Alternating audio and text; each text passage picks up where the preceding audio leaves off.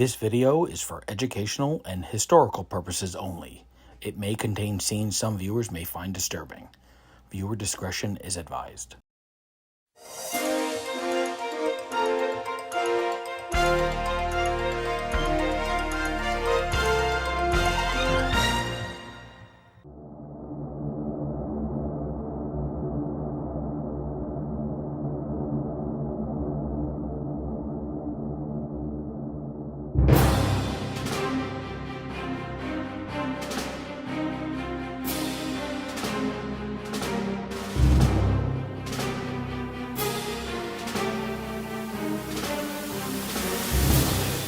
I think that this country should heed the advice of its first president and avoid all foreign entanglements. This time America should keep out, and I know I will.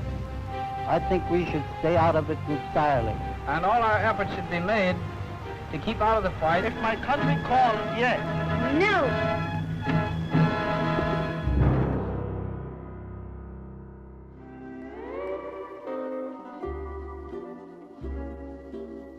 All right, now, listen carefully. The island of Oahu is being attacked by enemy planes.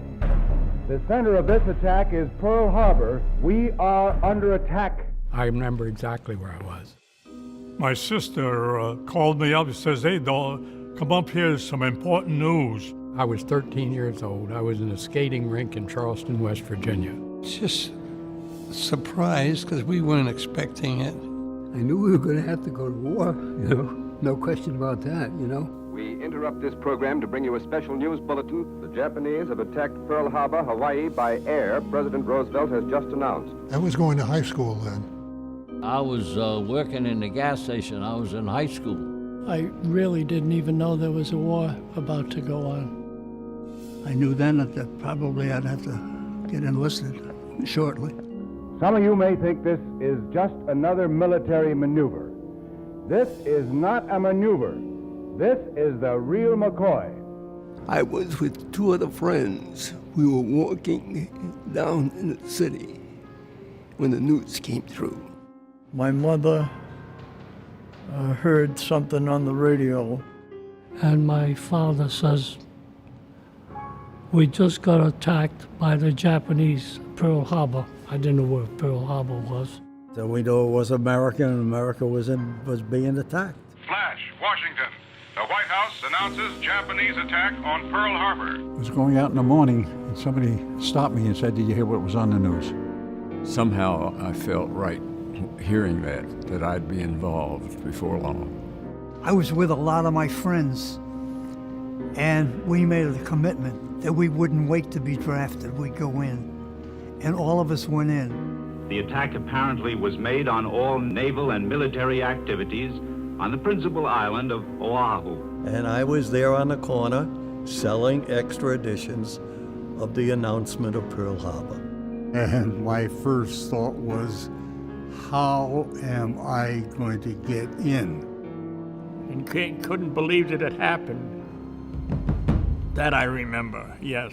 Here's the bulletin. Washington, the president decided today after Japan's attack on Pearl Harbor and Manila to call an extraordinary meeting of the cabinet for 8:30 p.m. tonight. December 7th, 1941, a date which will live in infamy.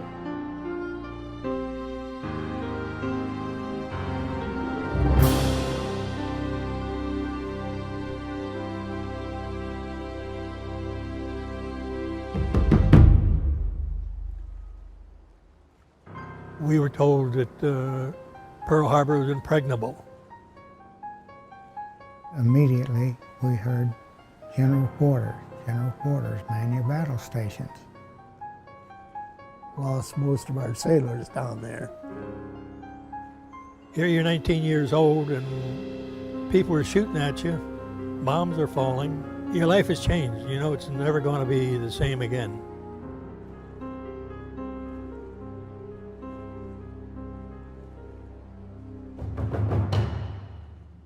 Just below the blue waters of Pearl Harbor, the USS Arizona still bleeds her oil.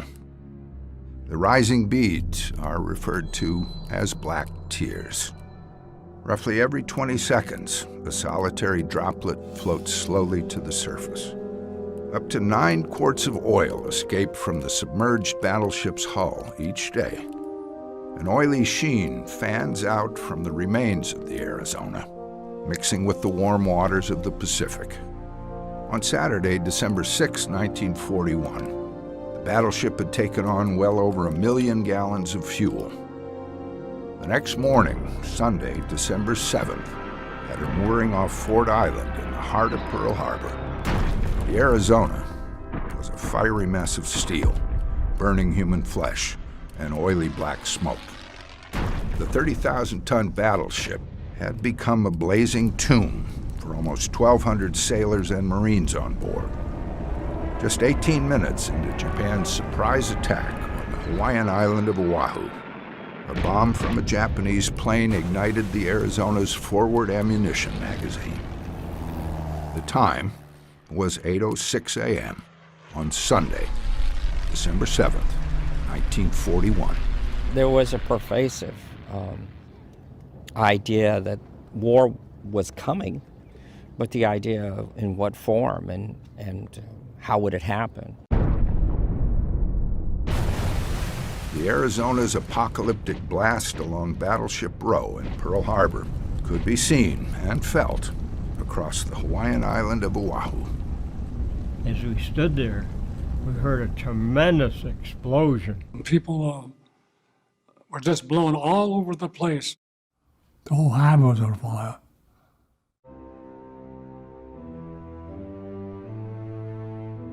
Just 335 of the battleship's 1,500-man crew survived that Sunday. And all the time you're being shot at or bombed or something, and you're trying to do something about it, put the fires out, to save the wounded and the dead. That was Pearl Harbor to start with, December 7th. The faces of those 1,177 who died aboard the battleship remain frozen in time. Youth preserved for eternity. Sailors and Marines, with their whole lives in front of them, were gone in an instant. Japan's eventual end came in Tokyo Bay aboard the USS Missouri on September 2nd, 1945, when the unconditional surrender was signed, ending World War II.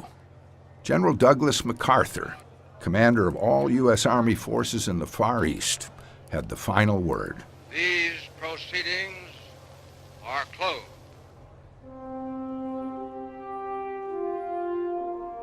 The Missouri herself is docked in Pearl Harbor, within a ship's length of the Arizona Memorial. A tale of 2 great battleships, where it all began for America on December 7th in 1941, and on the ship where it formally ended 4 years later. The crew of the USS Arizona came from all over America, from rural towns and big cities. They hailed from the north and south, and east and west. Some were poor and some were rich. Their shared connection was the battleship. The ship was their home. Most of those killed on the Arizona remain on board the ship today, entombed within her barnacle-encrusted superstructure. They was buried with the ship. It's still down there. The Arizona wasn't the only one to suffer during Japan's surprise attack. The shock, pain, and suffering was spread out all around the island of Oahu that Sunday morning as the Japanese aerial assault began at 7:48 a.m. We have witnessed this morning the attack of Pearl Harbor and a severe bombing of Pearl Harbor by Army planes, undoubtedly Japanese. It surprised me. I didn't ever think that we'd ever see our fleet like that. We had the most wonderful Navy you could ever ask for. Iconic images like that of the explosion that rocked the destroyer USS Shaw are now part of the visual history of that infamous morning. Everybody knew exactly what was going on as soon as that first plane came over and dropped the first torpedoes. Adjacent to Pearl Harbor, Hickam Army Airfield was also attacked by Japanese dive bombers and fighter planes. And the planes were for Hickam Field. We could see them all of them burning. First, they hit the fighter planes to keep them on the ground. Then they came and hit the bombers, which was us, to keep us on the ground. Then they proceeded to bomb Pearl Harbor. Wheeler Airfield, north of Pearl, was also struck. All the guys killed for nothing.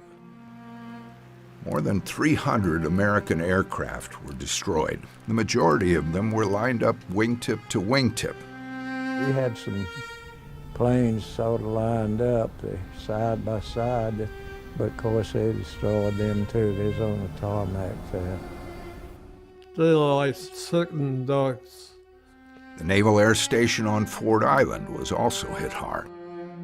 Kaneohe Naval Air Station on the northern side of Oahu, about 30 miles from Pearl Harbor, was targeted by the Japanese just minutes before the main assault began around Pearl. The minute you saw the first plane at Kaneohe and over the hill, coming south over the hill there, we knew the war was on. Didn't have to wait for Washington to declare war or say it's a day of infamy or anything. We knew it was a war right then and there. In all, some 350 Japanese torpedo planes, dive bombers, fighters, and other aircraft attacked Oahu in 2 separate waves on December 7th. Japan's onslaught that Sunday lasted less than 2 hours. All the planes flying around at one time and bombs falling. So I was scared. Then I was angry at our government for permitting the Japanese. We knew what they were doing, what they were up to, but nobody took action. We had some warnings, so I was angry. By the end of the violence, 2,400 Americans were dead. Almost half of those killed were on board the Arizona. There were 1,177 killed out of 1,522. 1,200 were wounded. Roughly 1,000 were missing. Me, myself, I stood in ankle deep in blood. 68 civilians were dead too, many as a result of friendly fire, as guns on American ships fired erratically, destroying buildings in nearby Honolulu. Barbara Kotinick was 6 years old on December 7, 1941. Her family lived within eyesight of Pearl Harbor. I knew something was definitely happening. The dead included Oahu residents killed in their cars as enemy planes strafed anything that moved.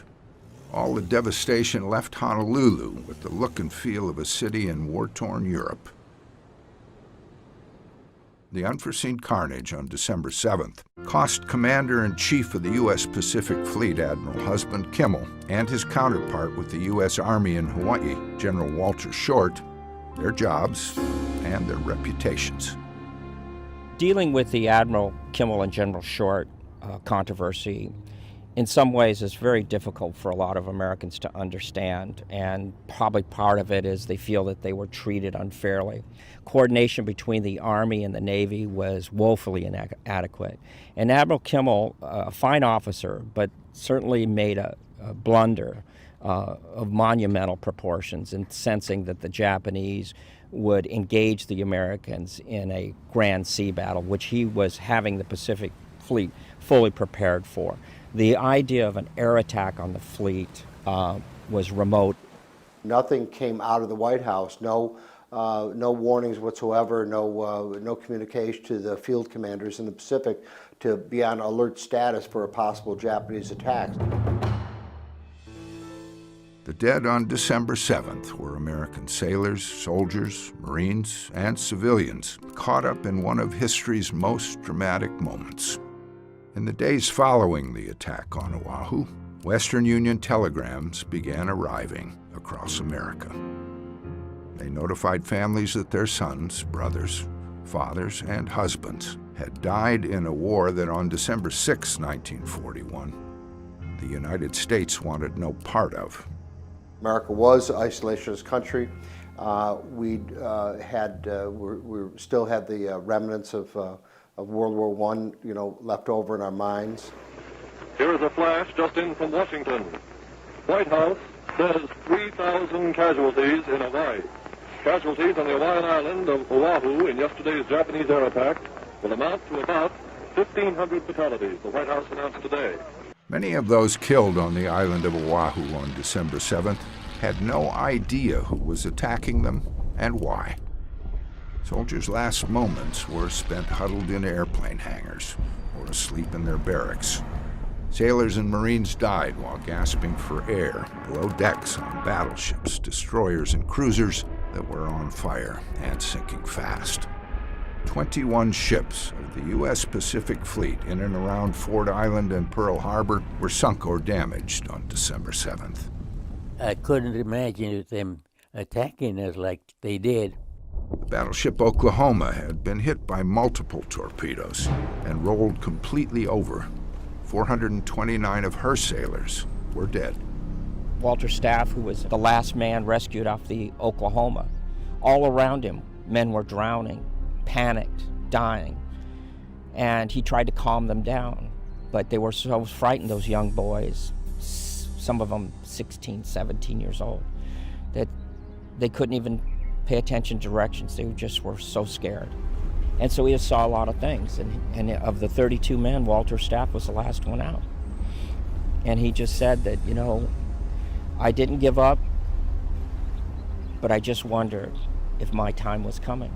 And when a peak of light opened up in his compartment, I wondered then, is all this air going to escape and I'm going to drown so close to being free? Countless numbers of those who died on December 7th never even saw the rising sun insignia on the attacking Japanese planes. Their deaths came in a flash of fire and smoke. Even if these sailors, soldiers, and Marines did recognize their attackers as the Empire of Japan, it's doubtful they would have had time to process what was playing out in front of them on that sleepy Sunday on Oahu. Their shared emotion that morning was sheer surprise, utter disbelief, and complete shock that this attack was real and not the beginning of yet another military training exercise was almost unthinkable. I started for my battle station, which was about 5 ladders up. General quarters sounded, and this is no drill. I knew it wasn't no drill, because we have had drills over there, and man, this was just altogether different. It wasn't possible, was it? And the Japanese were determined to strike us. Don't forget, they just didn't attack Pearl Harbor. They attacked Wake Island, they attacked Indonesia, they attacked Hong Kong, they attacked Malaysia, they attacked the Philippines.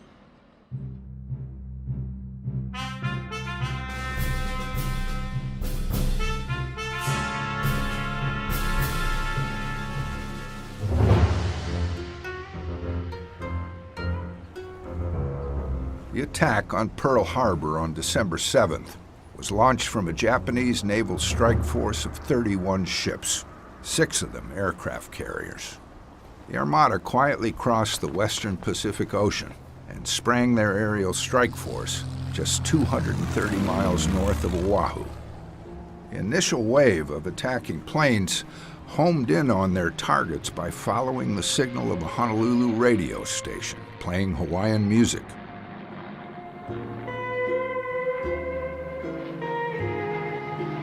A well-marked Japanese chart laid out where the ships of the U.S. Pacific Fleet were supposed to be in Pearl Harbor on December 7, 1941.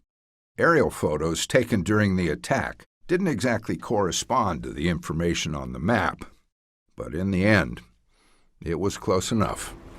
The American battleships' priority targets were grouped tightly together off Ford Island. They were within eyesight of Ford's control tower, under construction on December 7, 1941, and still very much a part of Pearl Harbor's historic landscape today. The Japanese flight commander of the December 7th attack that morning was decorated 39-year-old pilot Mitsuo Fuchida, who had over 10,000 hours of flight time. He was considered one of Japan's top aviators. Did you hate America? It was absolutely on duty. There was no room of hate. And the idea that the Japanese would cover 4,000 miles over the Pacific in the winter with high seas was just make one thing clear. They were not prepared to receive an air attack. For every torpedo release that found its mark, for every bomb that connected with a ship, or for every bullet fired from a Japanese plane or American gun, there is a corresponding personal story from a sailor, soldier, or civilian of tragedy, triumph, and their role in that day of infamy. As soon as we rang that general quarters bell, the first plane came across, and they all went to their battle stations, and every one of them were killed at their battle stations. Not all were heroes, not all were brave. They were human. Those who lived through the December 7th, 1941 attacks on Oahu are collectively known as Pearl Harbor survivors. Now in their 90s, some even older, their time with us is growing short. Each day, their exclusive group becomes fewer. If these survivors have a final wish, it is that you don't forget December 7th, 1941. Who they were, what they witnessed, and how they responded. These were young kids. They were in their 1920s. They were young. On the island of Oahu, December 7th, 1941, was a Sunday morning filled with disbelief and death. But that horrific day was also marked by resoluteness, courage, and determination. Those who survived that infamous morning want you to remember the men who took the initiative and fought back. I was proud. Here were these hundreds of military people without leadership that instinctively did the right thing. So I was just proud of the response of all of our people, well-trained, highly motivated, and they performed magnificently in that situation. They also ask us not to forget the men and women who lost their lives, were wounded, or went missing in the process. This was their last spot of America. If you were on Oahu on December 7th, 1941, you were caught up in an event that united a nation like no time in its history. This means that war is underway between Japan and the United States. Americans rallying to the colors. Enlistment in the armed forces is their answer to Japan's dastardly attack. Millions rushed to the nearest recruiting center for a chance at payback. It just angered everybody that Japan would have the audacity to declare war after the sneak attack on Pearl Harbor. I feel there's a wave of patriotism that's sweeping the country, and people realize, how critical the situation was. Memories of December 7th, 1941 still resonate for those who were there that Sunday morning, and for a generation of Americans who will always remember Pearl Harbor.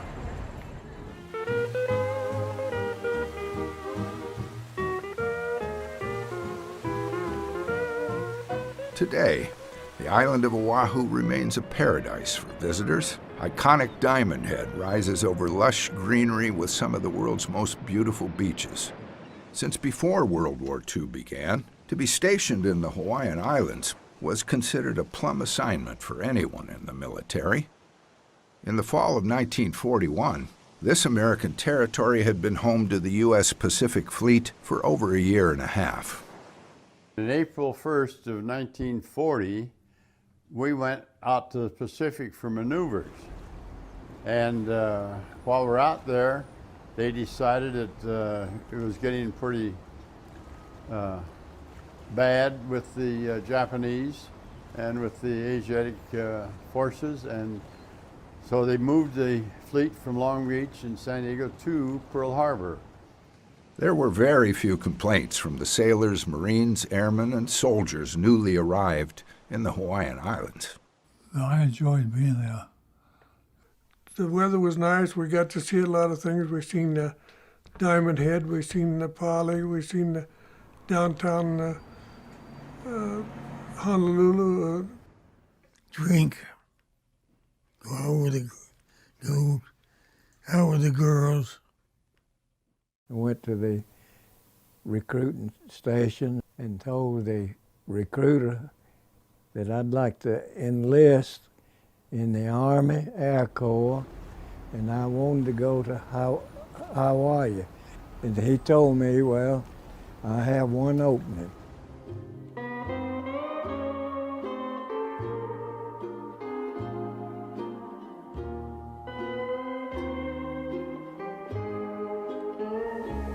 In 1941, Honolulu and the surrounding area was the playground of military men when they weren't on the clock for Uncle Sam. Famed Aloha Tower overlooked a vibrant city where the bars, nightclubs, restaurants, and theaters were always packed. Palm trees lined the streets. The scent of crimson and white oleander flowers filled the air. The beaches were crowded, the sand golden, and the water blue, clear, and warm. The Royal Hawaiian on Waikiki Beach, Hawaii's most luxurious hotel, drew military men looking to relax and enjoy tropical drinks mixed with papaya and mangoes. Swimming and riding the waves was a popular way for soldiers and sailors to wind down, as was horseback riding along the shoreline and outrigger canoe rides with that special girl. Diamond Head was the background of many a personal photo sent home from this tropical paradise. Life was good on the island of Oahu in late November 1941. We went to the bars, we went to the beaches in Hawaii and Waikiki, and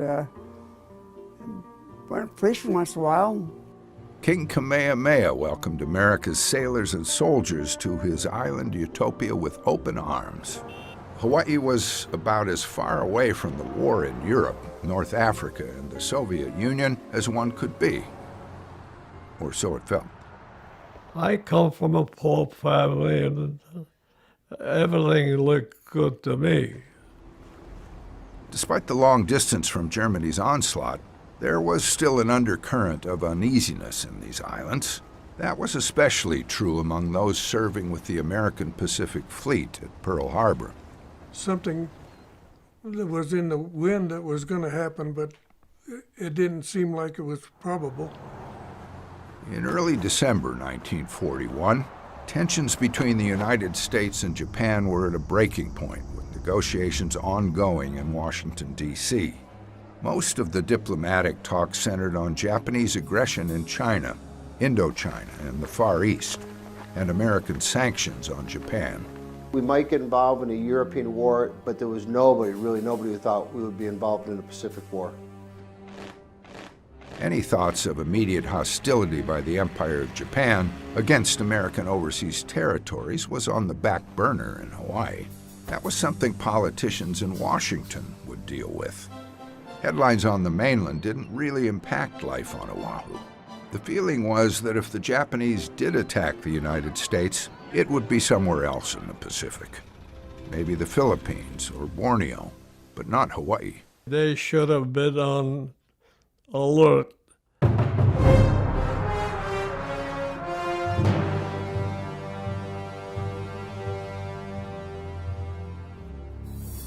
In Pearl Harbor, all was quiet on Sunday morning, December 7th, 1941. It was a picture-perfect start to the day. The usual blue skies and 85 degrees. It would be just like any other day on Oahu. Plans were already being made by those soldiers and sailors who didn't have to report for duty. They included doing laundry or hanging out with buddies, either in Pearl or in Honolulu. The day begun was like 5:30 in the morning. That was reveille for everybody. Some sailors and soldiers that Sunday morning were already at church services by the beach. Others were up early playing a little toss and catch on the docks before reporting for duty if they had to work on December 7th. Chow bell sounded for breakfast. All was peaceful and serene on Oahu, from Pearl Harbor to the nearby airfields.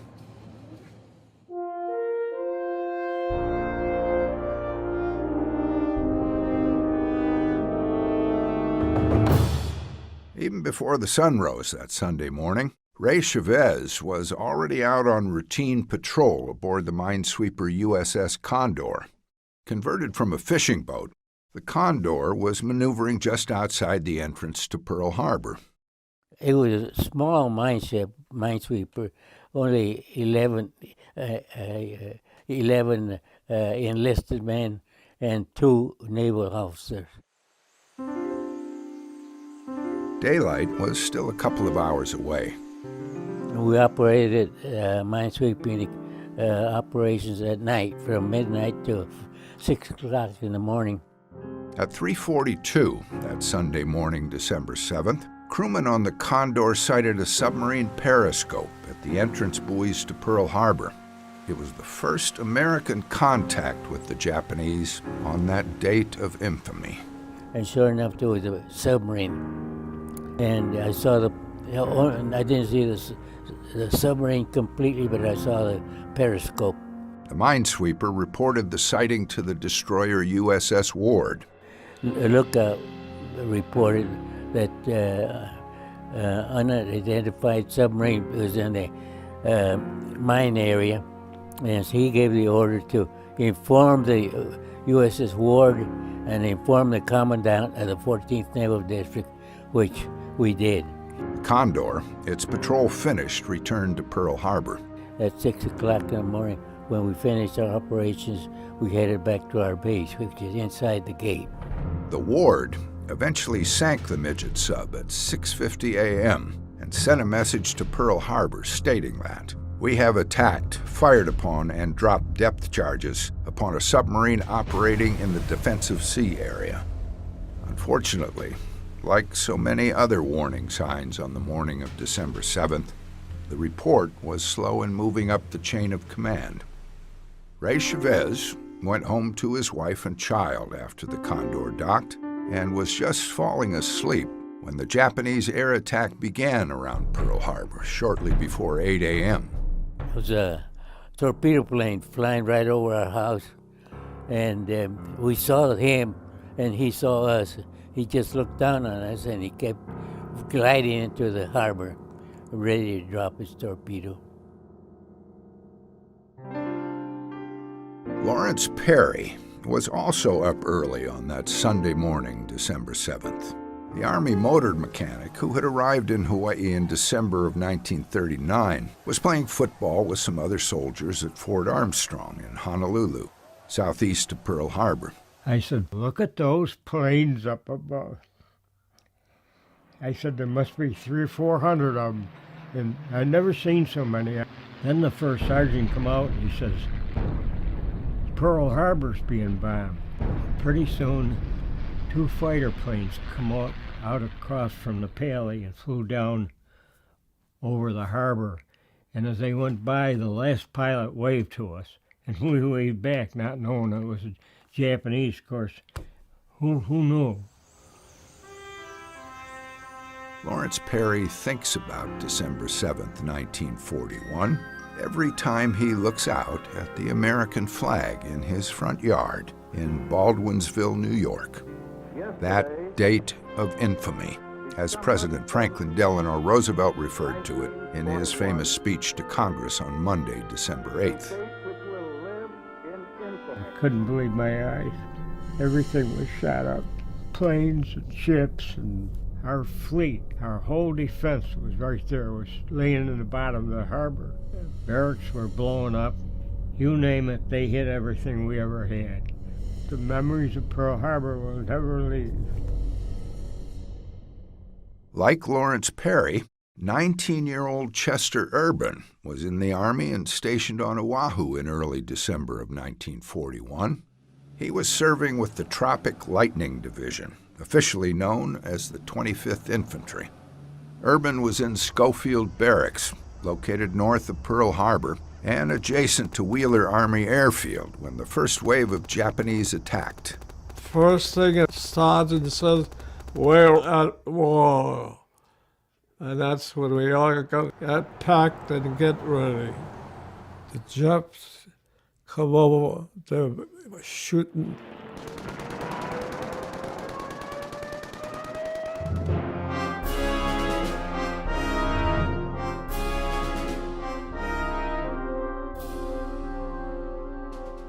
Glenn Sorensen was tending to his pride and joy the morning of December 7th, his 1937 Buick. The Army Air Corps lieutenant and B-17 bomber pilot was stationed at Hickam Field, bordering Pearl Harbor. Sorensen was fresh out of flight school. Well, when you see bombs coming down and they're dropping around you, and a lot of anti-aircraft fire and a lot of firing from the ground, you realize something's going on. After the initial attack, Sorensen jumped in his beloved sedan and headed for the flight line at Hickam. I was driving through the field on the second attack, and I got strafed, and this one bullet was lodged in my car, so I've kept that, Japanese bullet. Sleeping soundly in his barracks at Hickam Airfield on the morning of December 7th was Vernon Carter. Carter arrived in Hawaii in June of 1941 and was with the 7th Army Air Corps. I was in the bed and I heard a lot of planes flying around and explosions. And I jumped up and got my clothes on, looked out towards Pearl Harbor, and I could see the smoke coming up, and I could see the bombers coming down to bomb those ships over there. And I went out my barracks and I looked straight down the line, and there was a Japanese plane coming directly at me.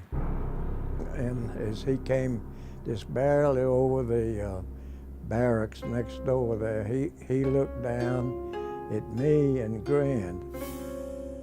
As Sunday morning turned into Sunday afternoon, film crews gathered images of the destruction on the airfields. Paranoia had now replaced shock. Rumors were running wild all over Oahu that the Japanese were invading the island. Gossip spread that enemy parachutists were dropping in fields outside Honolulu. Supposedly a third wave of Japanese planes was also now attacking.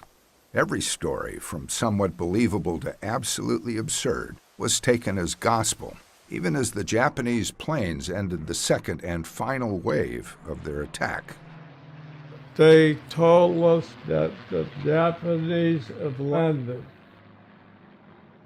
Vernon Carter remembers that when darkness finally settled on the Hawaiian Islands on December 7th, nerves were shot, emotions had unraveled, and anxiety was widespread. Every shadow and noise was in the minds of those on watch, a Japanese soldier sneaking up to slit someone's throat. Of course, that night, it was total blackout, and they told us to not get out and try to do anything because you might get shot. I was on guard duty, and they told me if I saw anything looked like suspicious, just holler halt. If it didn't look like they wanted to stop and just go ahead and shoot them. But I never was so scared in my life as I was that time walking around by myself. I just knew there was a Japanese out there that was ready to shoot me. There were patrols on the streets, Marines and soldiers. And at nighttime, we're shooting at each other.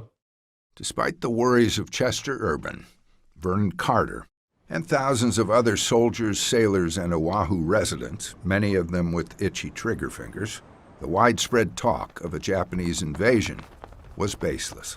Japan had no designs on following up their aerial attack on December 7th with a landing of troops in the Hawaiian Islands, or California for that matter, as was now being reported. Fear in newspaper headlines to the contrary, the enemy armada was headed home to Japan. Round one with the United States was over. There was no plans to invade Hawaii or absolutely to occupy the United States mainland. You did not necessarily want to attack the mainland of the United States. Mm-hmm. Rumors that swept the country were astonishing. My mom and dad would stay up all night because they were worried that if we lost, then they would be at in Hawaii. The Japanese would invade Hawaii immediately next. Barbara Kotinick's father was so certain the Japanese would invade Hawaii and butcher all the civilians that he bought his family a pistol so they could do the unthinkable if it happened. He decided that I need to learn how to shoot a gun. If there was an invasion, he wanted me to shoot my mother and myself because he said she couldn't do that. He knew she wouldn't do it. And he said it had to be done if he wasn't there because of the atrocities and things that were going on when they would invade an island. Following the Sunday, December 7th attacks, Vernon Carter wrote to his parents back in Jefferson, Georgia.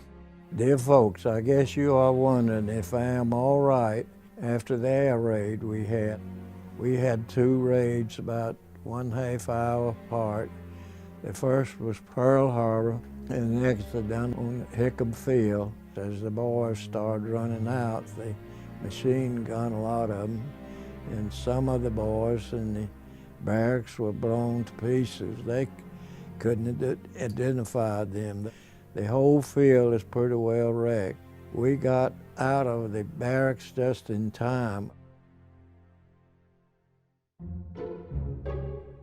Barbara Kotinick and her mother Rose had arrived in Hawaii 3 weeks before the attack on Pearl Harbor aboard the luxurious ocean liner SS Lurleen. Barbara Kotinick's father, Glenn, had already been in Hawaii for a few months, working as a leading ship fitter at the Navy Yard in Pearl Harbor. He met the Lurleen when she arrived in Honolulu. And I remember being on the ship and my father coming out to meet us on the pilot boat and bringing leis for us. The family moved into Navy housing at Pearl. So close, Barbara's father could ride his bike to work at the harbor. Just prior to 8 a.m. on Sunday, December 7th, the family woke up to what sounded like strafing from low-flying airplanes. Basically, the noise woke us up. The planes coming over the Navy housing, they were coming over to go down into Pearl Harbor. And they were shooting. We got up, put on our robes and slippers and just looked out the windows, and my dad said, "This is the real thing, they're bombing." Then we went outside to see some of the neighbors were gathering, and one of the neighbors had a shortwave radio and said the Japanese were bombing us and attacking us. And everyone kind of laughed and thought that they didn't believe it. It was tough to believe. And I, of course, did not understand. At 6 years old, I did not understand what war was. Young Barbara Kotinick had a front row seat to one of the most famous events in the history of the world. A little too close. I would climb up the pole for the clothesline and sit on the top to look down into the harbor on Sunday mornings.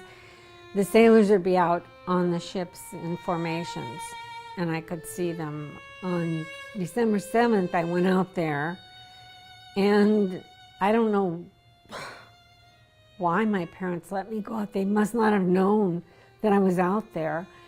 And because the planes were coming over very, very low, going down into the harbor to attack the ships. And when I climbed up the pole, I could see the face of the pilot. That's how low they were. I could see their face and see their helmets that they had on. And the rising sun on the wing was very, very big. Later on, I remember my mother saying the same thing, that she could see the pilots' faces on the planes coming over, and sometimes they would be smiling, big smiles. And they were coming over the houses very, very low and strafing down into the harbor. They came around with trucks and told the guys that were home they had to go to the harbor to fight fire. And not too long after that, the police came around and with loudspeakers and told everybody they had to evacuate the housing. It's my understanding that my dad was down there for 3 days fighting fires, and that it went on quite a while. But sometime within that week, he took me down to the harbor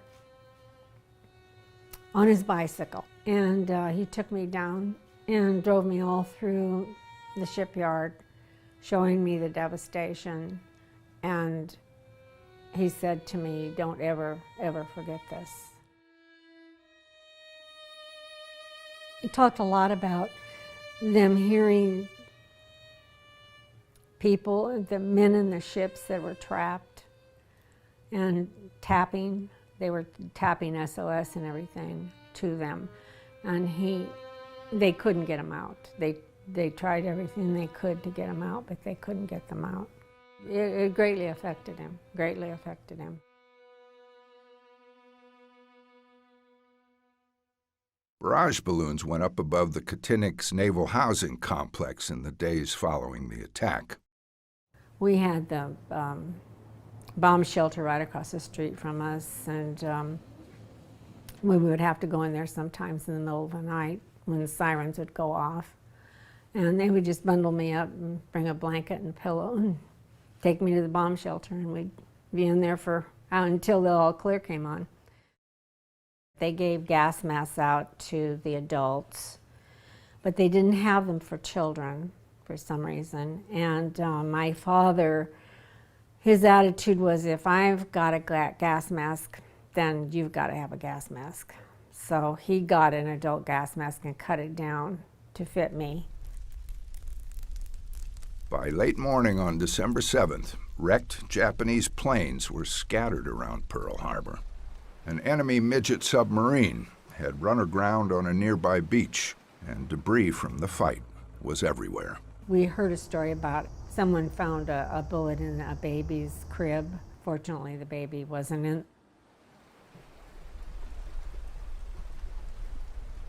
Off Ford Island, Barbara Katinik saw rescuers trying to reach survivors on the smoking battleship West Virginia. The burning USS Nevada had heroically been run aground by her own crew to avoid blocking the entrance to Pearl Harbor. Over 50 were dead on the battleship. The USS California was also on fire, with over 100 killed. The USS Utah, with almost 60 dead, had rolled over after taking torpedo hits. Same with the Oklahoma.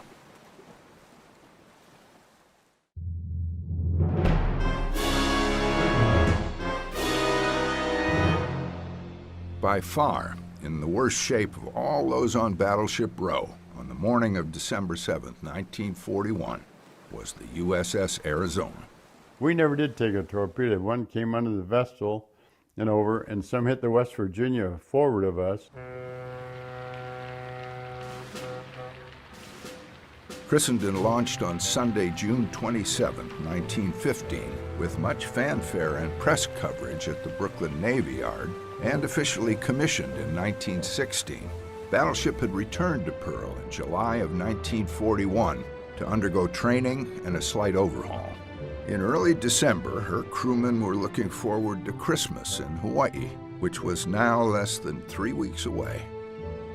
On the night of Saturday, December 6, 1941, the Arizona was one of 7 ships neatly aligned and anchored along Ford Island's aptly named Battleship Row. An 8th, the Pennsylvania, was in dry dock for repairs at the nearby Pearl Harbor Navy Yard.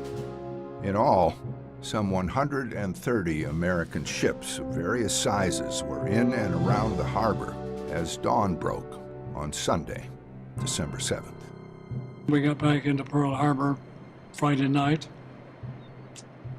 and we started dismantling the guns and taking the ammunition down below, because the folks in Hawaii didn't like to have those big guns with ammunition handy, where somebody who is not a nice guy might trigger a round off and hit them, and they landed in Honolulu or some other place where civilians might be. So the ammunition goes into the magazines away, and the magazines are locked, guns are just taken apart. And so the morning of December 7th, that's the way we were. And most of the ships were in the same situation because that was the rules of the engagement that they had at that time. Peacetime engagement in a wartime atmosphere. Pearl Harbor was quite a sight to start with. There were a lot of destroyers, a lot of cruisers, 8 battleships, and it's something you don't see every day. Donald Stratton was on the USS Arizona. I made seaman first class, and we had worked on the boats, shore boats and stuff like that. We were scraping and painting a lot because the seawater was a lot of rust and stuff that had to be cleaned up, worked on. Quartermaster Third Class Lou Conter had joined the Navy in 1939. He was on the deck of the Arizona when the first Japanese planes came over. Sunday morning, went on watch at 7:45, and 5 minutes to 8, all hell broke loose. You see the Japanese planes coming in. Some sailors were on the bow of the ship pointed toward Ford Island. Don Stratton heard fellow crew members on the Arizona shouting. I seen the bombs drop on Ford Island, and about that time I seen the Japanese insignia on the wings, and uh-oh, what's going on here? I was already at my battle station, and we had 50 rounds of ammunition behind every anti-aircraft gun and on the boat deck, and they had to break some of the locks, get some of the ammo to the guns, and they ran out of ammo, and our gunnery officer in the sky control platform, he went to get some more, and we never did see him again. We were firing at the high altitude bombers, and we could see our bursts that were short, not doing any good. I think we hit 1 or 2. We were being dive bombed and strafed by planes, and you could see the pilots and everything. At 9 minutes after 8, one of the bombers came over the lucky bomb. And then the big bomb hit the number 2 turret. Dropped it from maybe 10,000 feet. And went right into 1 million rounds of ammunition and fuel oil and aviation gasoline. It went in there and exploded. That's what exploded. It blew the 110 foot of the ship clear off. And everything from the mainmast forward was on fire.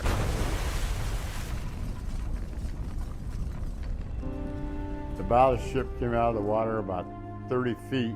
Blew me in the water. Where the fireball went off, and it went about 500 or 600 feet in the air and just engulfed us up there in the sky control platform. As the Arizona began to burn and sink into Pearl Harbor, Stratton and several other sailors found themselves trapped here at their anti-aircraft gun platform located 1 deck above the bridge of the now mortally wounded battleship.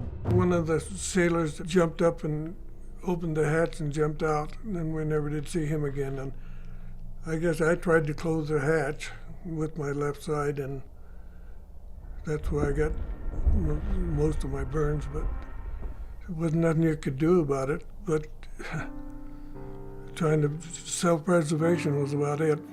70% of Donald Stratton's body was severely burned. To this day, he can leave no discernible fingerprints. That Stratton was able to find his way off the Arizona and onto the adjacent repair ship USS Vestal was a miracle in itself. I seen a gentleman on the Vestal, on the aft part of the Vestal, and we got his attention and hollered and whatever, and he seen us over there, and he threw us a heaving line, which is a small line with a monkey's fist on the end, and he tied a heavier line on, and we pulled that across to the Arizona and tied it off, and we proceeded to go hand over hand across that line to the Vestal. With 6 of us, we went across that line. Commander Fuqua said, abandon ship. Francis Riley of Iowa was aboard the USS Vestal that morning. Seeing the Arizona blowing up, I knew it wasn't fun. Riley was a signalman aboard the ship. The Vestal was moored alongside the Arizona on December 6, 1941, prepping the battleship for some needed work. Our ship worked on engines and on ships like that. Anything that had wrong with them, we repaired. Then I seen all the planes coming up down the Arizona, and from stern to bow and coming across in front of our bow. My ship was a lot smaller than the Arizona, so we had the Arizona stuck out on both sides, in bow and stern from us. When the first Jap come over our ship, he's open cockpit, and he kind of smiled or waved at me and went on his way. But they didn't never shoot at me. I was kind of glad of that. The explosion on the Arizona ignited fires on the Vestal. The repair ship had also been hit by Japanese bombs. So much noise going on at the time that it's just a lot of racket. I was supposed to have a gun to shoot at, but our ammunition and everything is all locked up at the time, so we never did fire the Japs. Vestal crewmen threw ropes to those on the Arizona, lifelines for sailors such as Donald Stratton.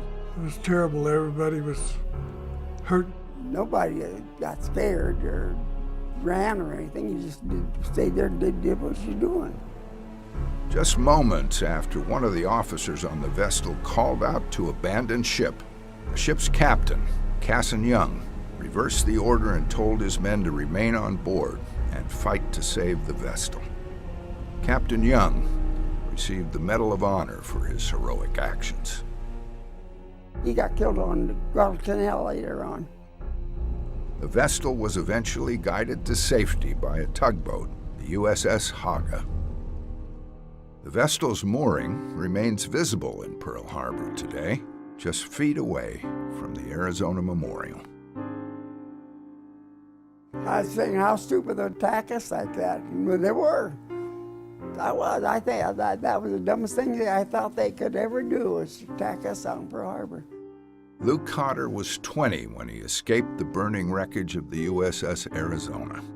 He tried to save as many crewmen as he could.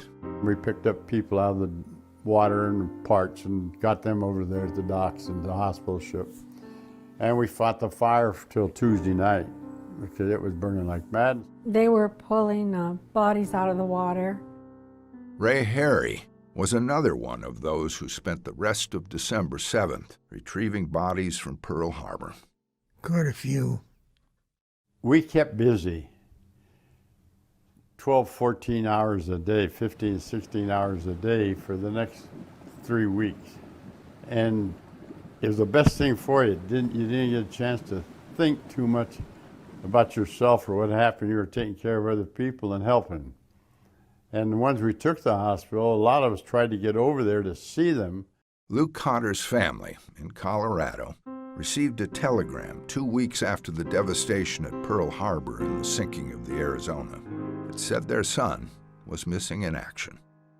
That was followed up on January 6, 1942, with another Western Union, informing Cotter's mother that her son had been identified and survived.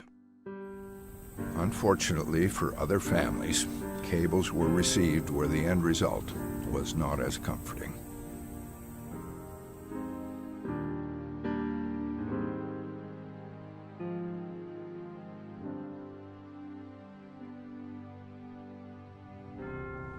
Also moored just off Ford Island on that Sunday morning on Battleship Row, near the Arizona, was the USS West Virginia. Seaman William Keith found himself below deck struggling to get out following the first wave of the Japanese attack.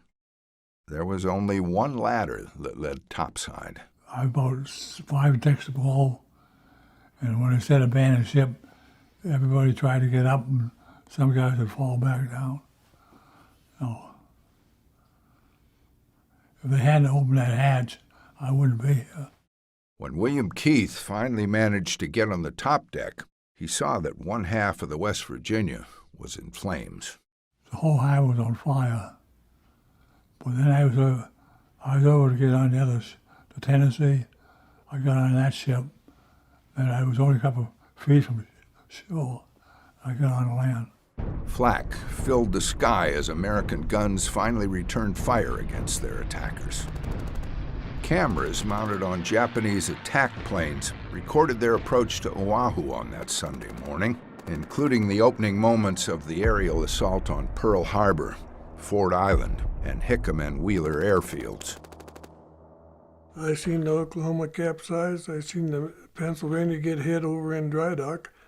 Of course, there was a couple destroyers ahead of her in the dry dock that blew up.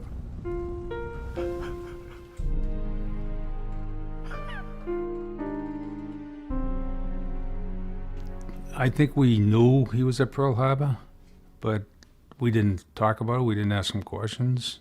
If I did ask him questions, at a young age, he might have just said, I don't want to talk about it.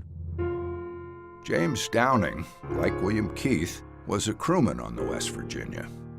Downing was also the postmaster on the battleship. He wasn't on board the West Virginia with Keith on the morning of Sunday, December 7th. Downing and his new wife were entertaining a half-dozen military guests for breakfast at their house about 20 minutes from Pearl Harbor. We could hear the explosions and see the smoke. Well, what we did was turn on the radio.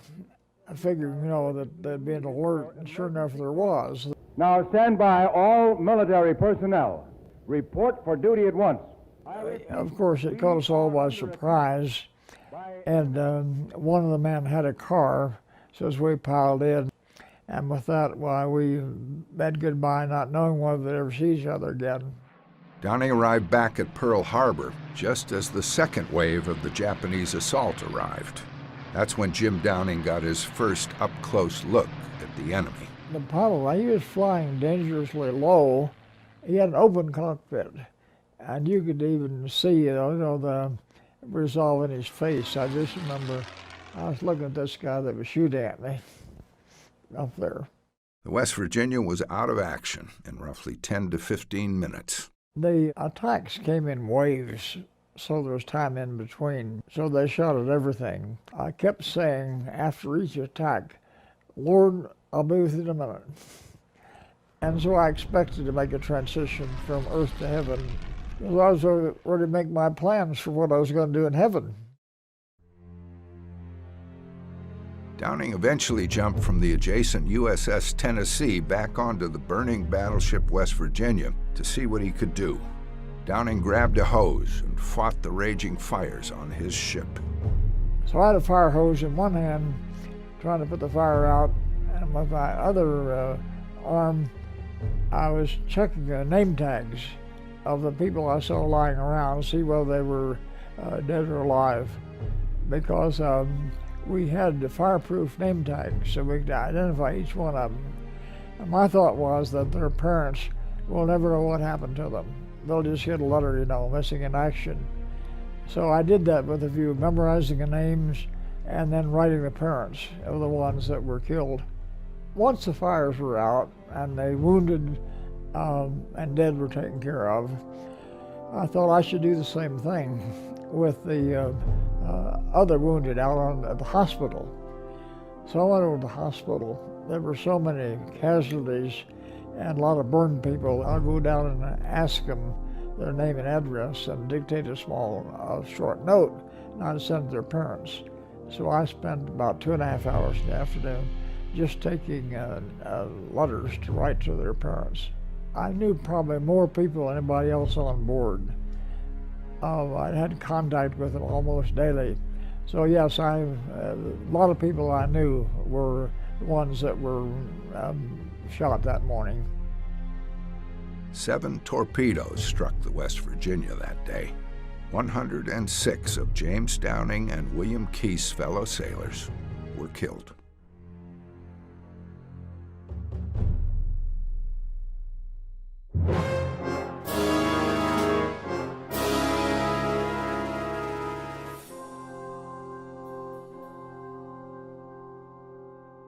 Boatswain's mate second class John Anderson joined the Navy in 1937, along with his twin brother Delbert.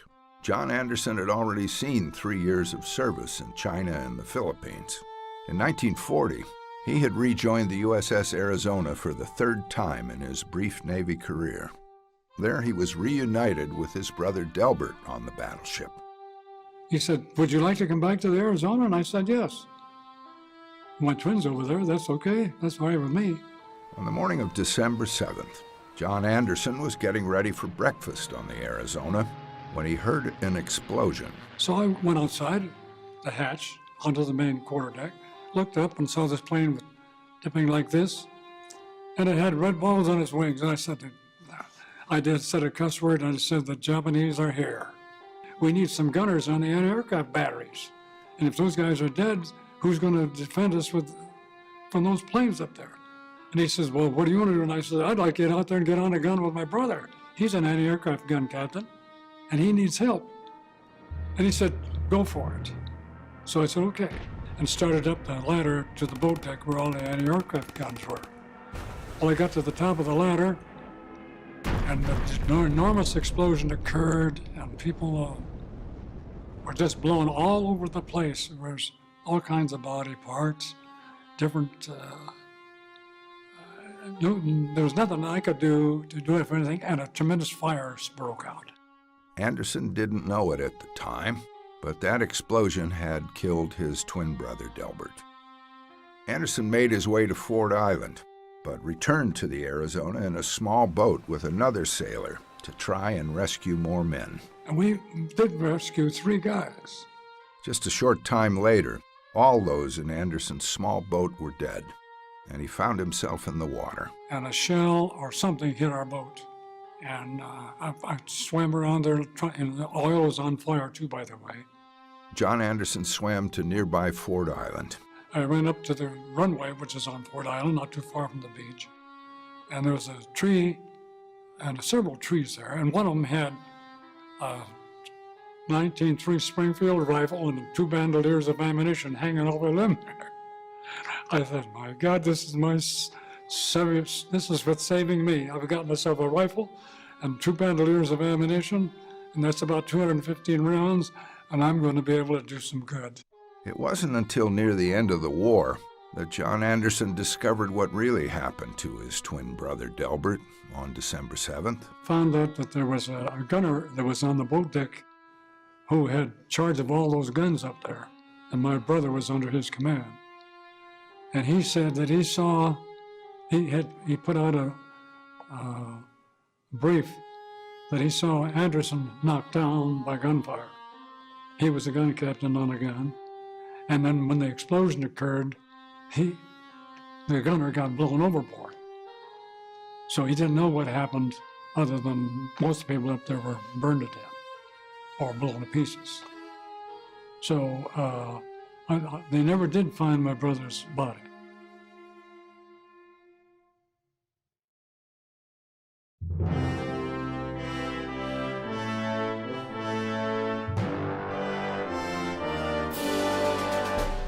About the only good news that Sunday morning was that the 3 aircraft carriers of the United States Pacific Fleet had escaped any damage. The USS Saratoga, Enterprise, and Lexington were at sea when the Japanese attacked Pearl Harbor. On November 26th, the Navy prepared, as from orders from Washington, to reinforce Wake Island and Midway. And the Enterprise took off and went there. Followed a few days later by the Lexington that was going to Midway. Joseph Connolly of Massachusetts was on the Lexington. That Sunday at 8 o'clock, we got a message of the attack on Pearl Harbor. So we immediately put the Marine planes down in the hangar deck and armed our planes and started searching for the Japanese force. But nobody knew where they came from.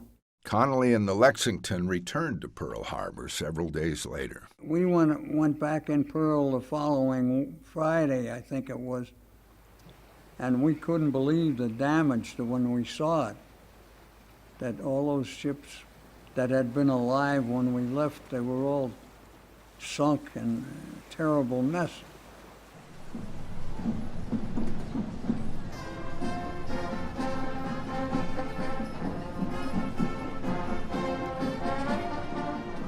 Over the decades, since its dedication on September 2nd, 1949, the National Cemetery of the Pacific on Oahu has drawn tens of thousands of people. Buried here are many soldiers, sailors, and Marines who died during the nearby Pearl Harbor attack on December 7th.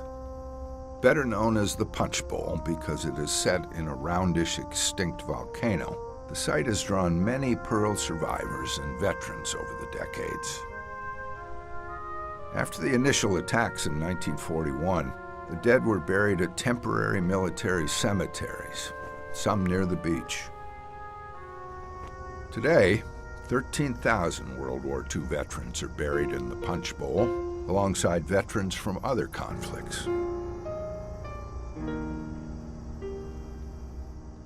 Well, it brings back memories of mostly of the people I know, but it's hard to explain. Some will never be identified, known only to God. They talk about the heroes, the heroes are the dead ones.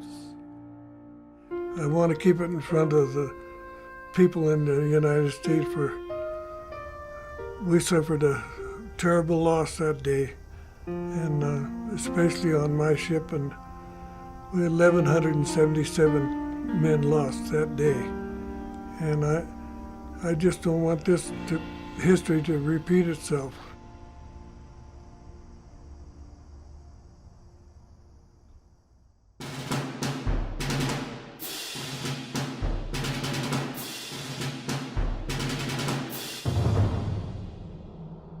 For pilot Mitsuo Fuchida, who led the Japanese planes on their mission to Hawaii on December 7th, the successful attack and crippling blow at Pearl Harbor was short-lived. Although there were many battles ahead over the next 4 years, Fuchida felt Japan's cause was doomed just 8 months later, in August of 1942. That's when Americans of the 1st Marine Division landed on a previously unknown island in the Solomon Island Group in the southwest Pacific Ocean. When did you feel the war was lost? When the Guadalcanal campaign was going on. It was probably arrogance on the part of the Japanese to think that they could win, or they could at least decapitate or eliminate the British and American presence in the Pacific.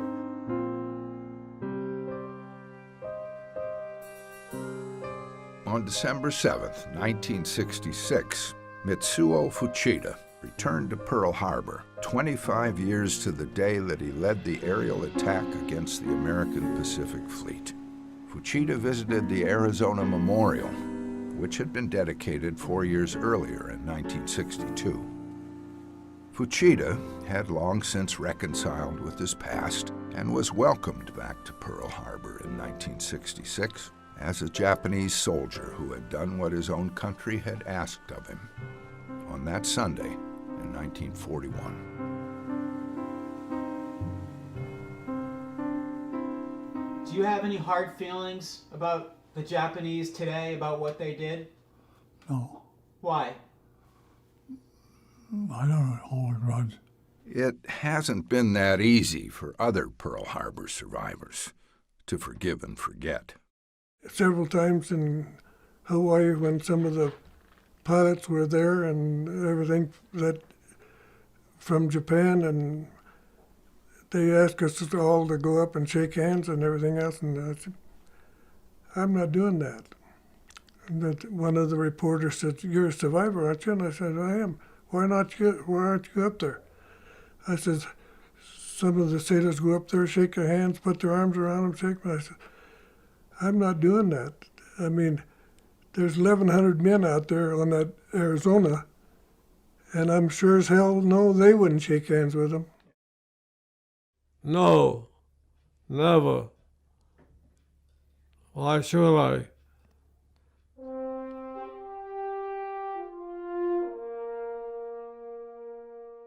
Construction on a memorial to the Arizona crew and all those Americans who died on December 7, 1941, began in the late 1950s.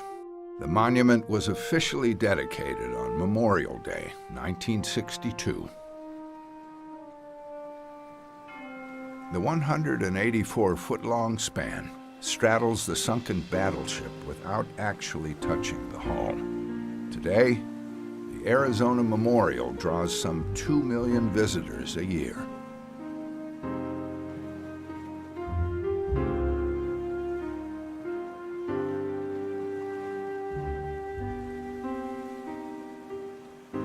Pearl Harbor is that touchstone of history. It's where World War II began for the United States.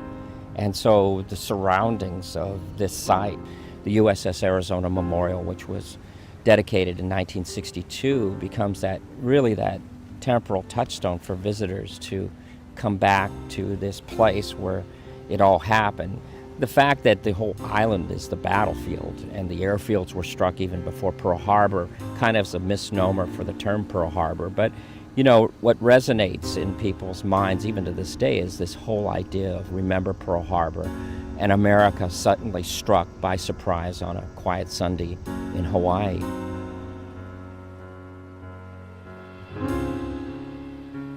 The nearby battleship Missouri attracts hundreds of thousands of visitors from all over the world as well.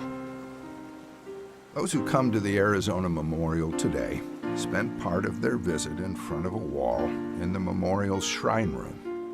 Here are the names of those 1,177 who lost their lives on December 7th, 1941. The sailors and Marines that Don Stratton, Lou Conter, and Ray Harry recognize as their fellow crewmen, and for John Anderson as his twin brother.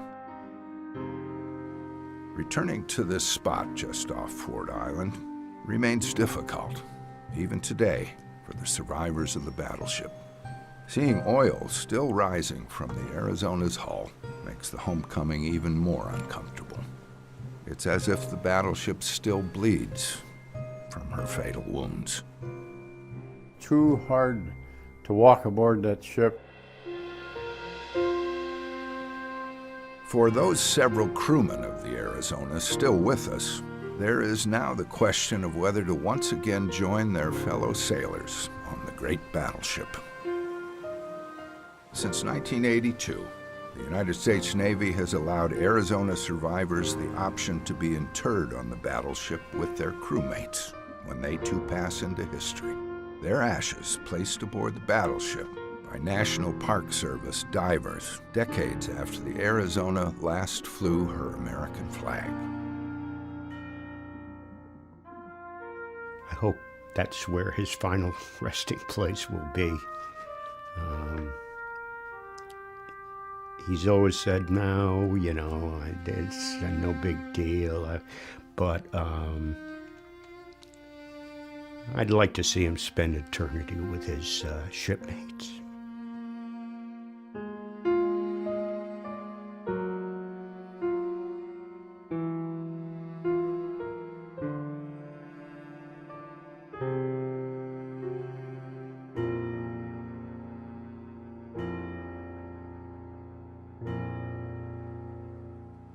It's almost impossible to stand on the Arizona Memorial today and not feel the presence of those souls who still call this ship home.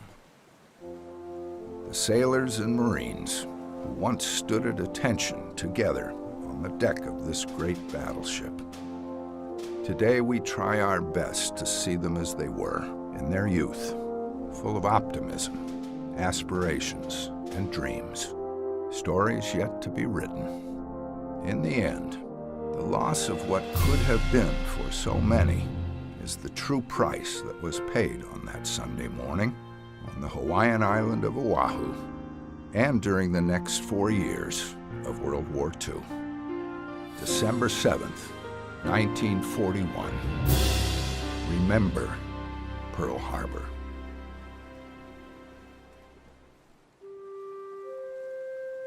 People who come here on vacation and come to this memorial are confronted with a very difficult truth that America changed that day. I just hope they don't forget. No. It says remember Pearl Harbor.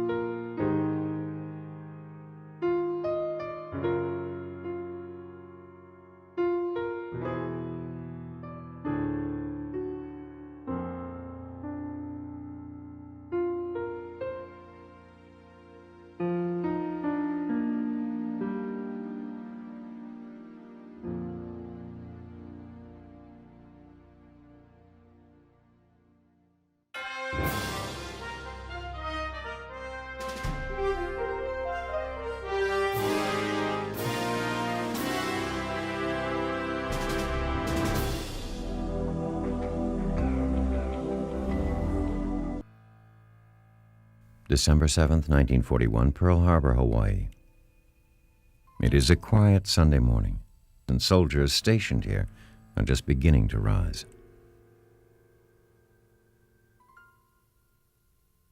The streets of nearby Honolulu are quiet. Soon, however, the quiet will be shattered by an event that will change the very course of history, as well as the lives of countless millions of people the world over. It will go down in history as one of the most despicable acts of unprovoked aggression perpetrated by one nation upon another. The name Pearl Harbor will become virtually synonymous with the concept of the surprise attack. In the immediate aftermath, and for decades to come, the facts surrounding the attack and the events that led to it will be discussed and debated, fingers pointed, blame assigned. Today, few believe the American government should have and could have been completely surprised by it. For both America and Japan, the road to Pearl Harbor was long, but straight. And the date that will live in infamy was almost 100 years in the dawning.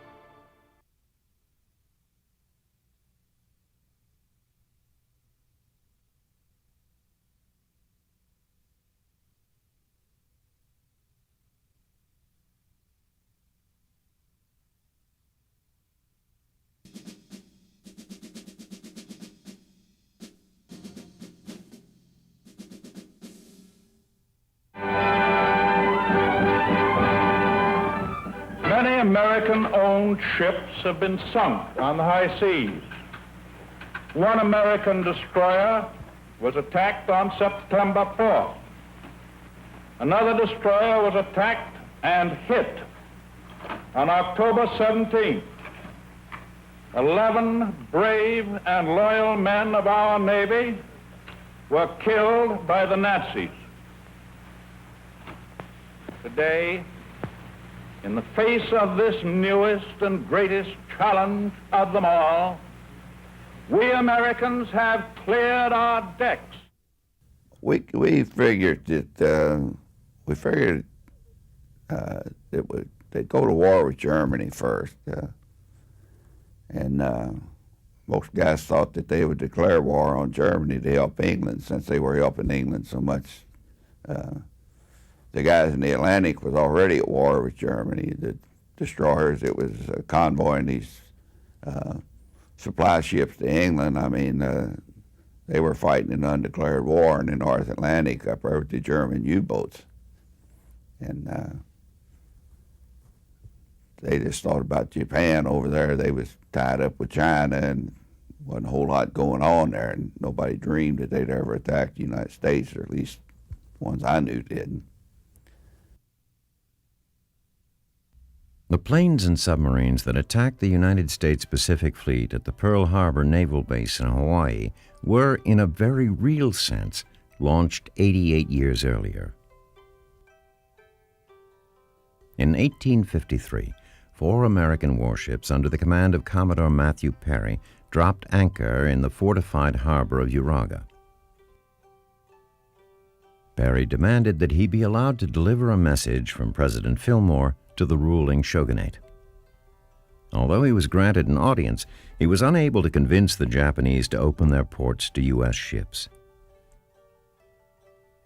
He returned the following year, this time with 7 ships, and repeated his demands.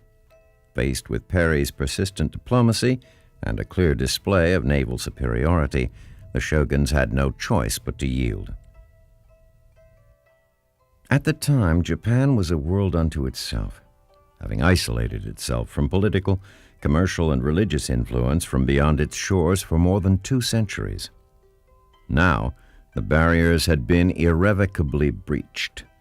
Just 3 years later, American Consul Townsend Harris was escorted into the audience room of what is now the Imperial Palace in Tokyo, then known as Edo, to begin negotiations that would lead to a full-fledged trade agreement between the U.S. and Japan. Ironically, the date of Harris's arrival was December 7th, 1857. The effect of this sudden change on Japan was enormous, due in large part to their inability to maintain Japan's policy of isolation.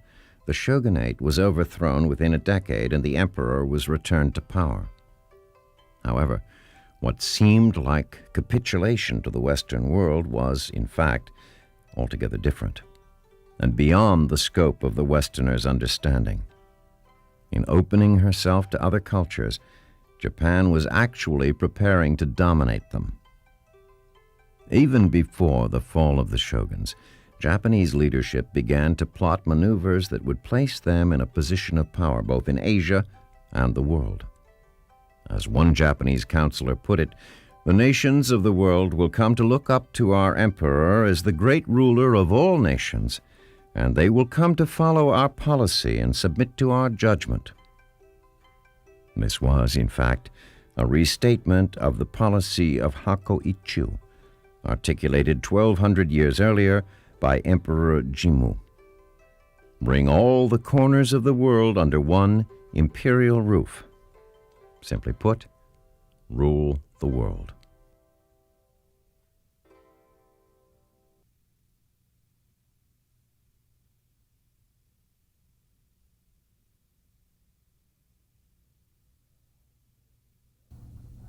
Well, I was called up to the exec's office right after the attack and things slowed down. We had about, if I recall, 5 or 6 bodies up there lined up.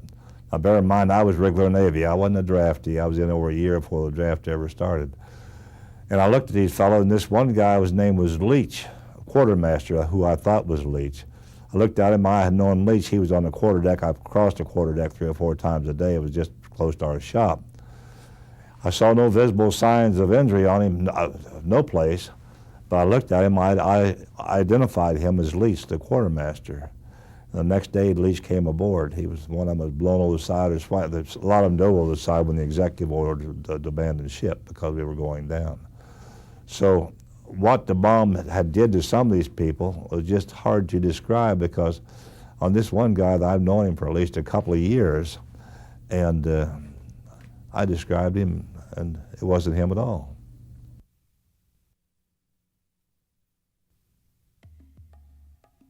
The early 20th century found the United States in a race with the rest of the world for influence in the Pacific.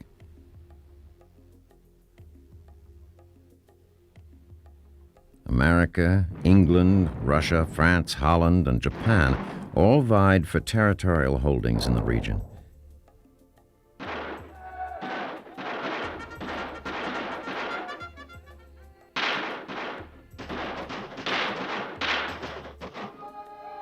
Having wrested the Philippines and Guam from Spain, the U.S. also controlled Midway, Samoa, and the Hawaiian Islands.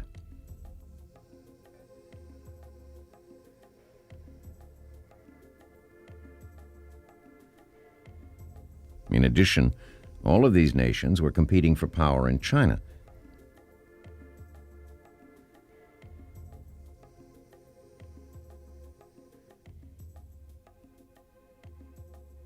In 1900, the Boxer Rebellion led to the killing of missionaries, diplomats, and other foreigners living in China, and opened the door for other nations to send in an expeditionary force of 19,000 soldiers.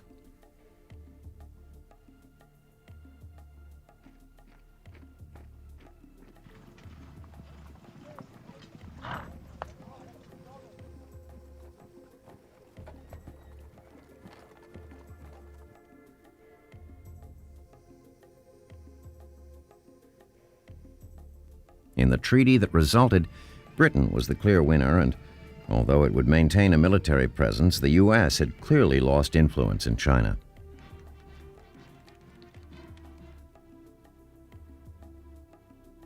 This fact, coupled with having her resources in the Pacific consumed at an unexpected rate trying to put down an independence movement in the Philippines, induced the U.S. to order all its territories in the Pacific closed to foreign investment.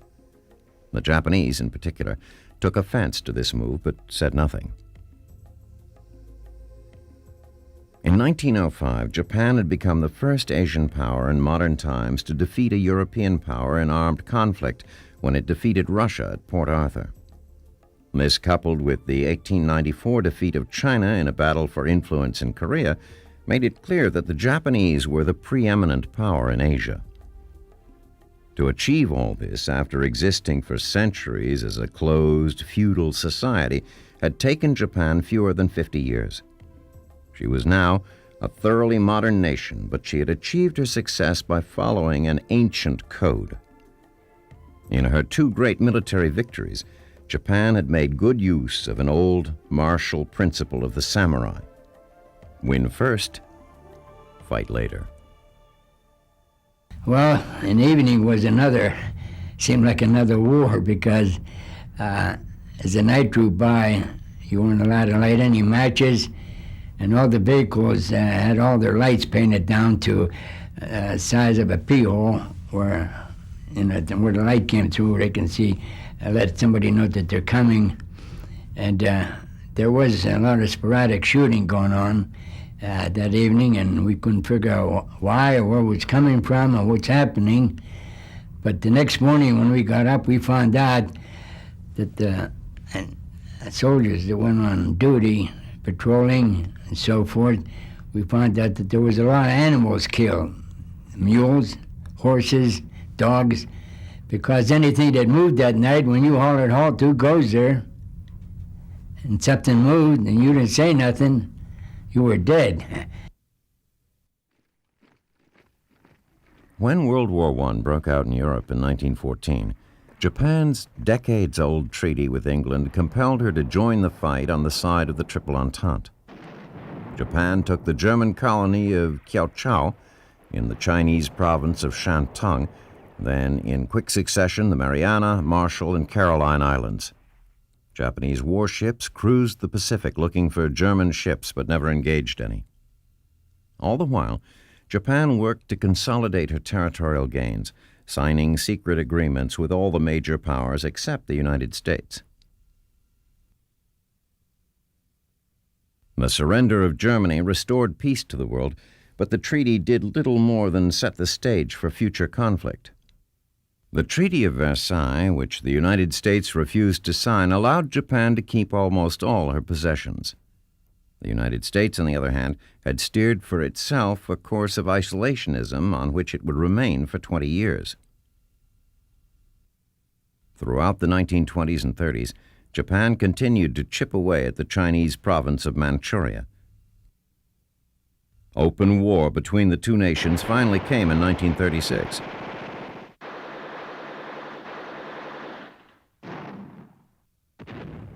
For 5 years, China's appeals to the United States fell on isolationist ears.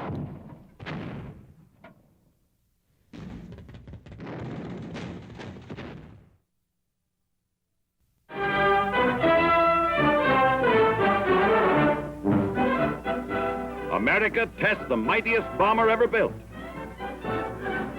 $3.5 million worth of fighting plane takes to the skies.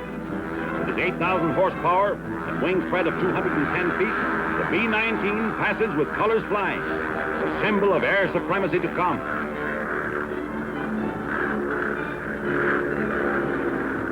Merchantmen, destroyers, battleships, cruisers slip down the ways as part of the huge program for a two-ocean navy. 690 ships have been ordered. Among these, the USS North Carolina, mightiest battleship afloat, America's grim challenge to marauders of the sea. Its salvos roar, beware!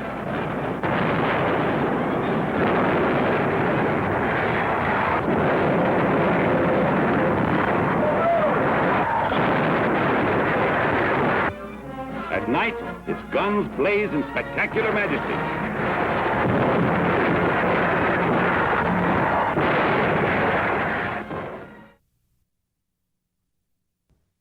On December 12, 1937, the gunboat USS Panay was cruising the Yangtze River, providing a protective shield for U.S. citizens and diplomats living in the region.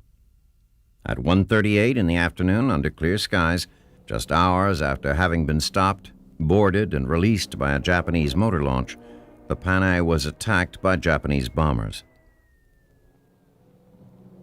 At the time of the attack, the Panay had a pair of 250-square-foot American flags draped over its awnings.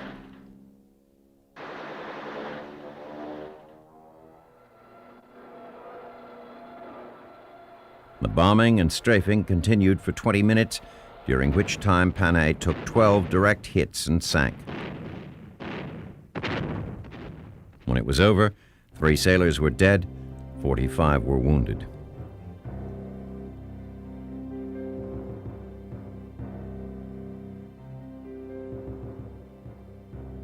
It is a matter of common knowledge that Japan's policy is fundamentally inspired by a genuine desire to guarantee peace in the Far East and to contribute to the maintenance of peace throughout the world.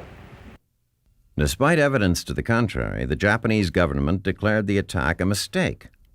Outraged, President Roosevelt demanded that there be a serious reprisal for the action, but the isolationist tendencies of Americans proved too strong and the Congress did not act.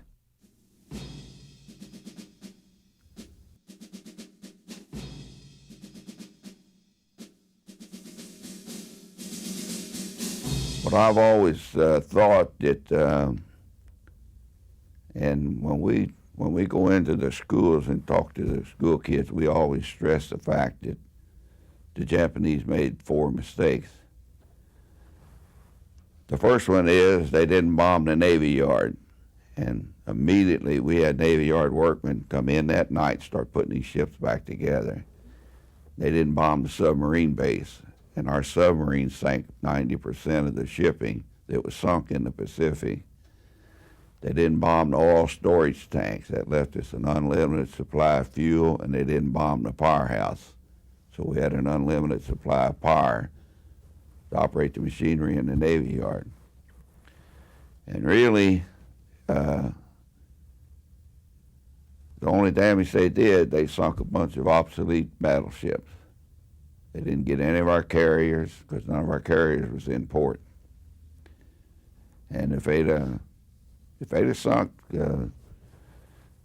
any of those carriers, the war might have lasted a whole lot longer. The day following the sinking of the Panay, Japanese troops attacked the Chinese city of Nanking.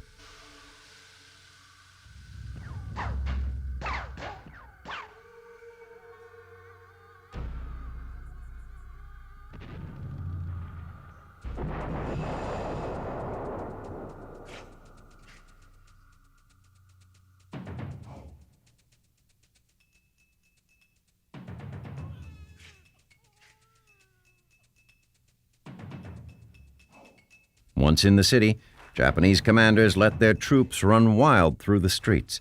In what would become known as the Rape of Nanking, over the next several weeks, they systematically looted and burned the city and surrounding towns, destroying more than a third of the buildings.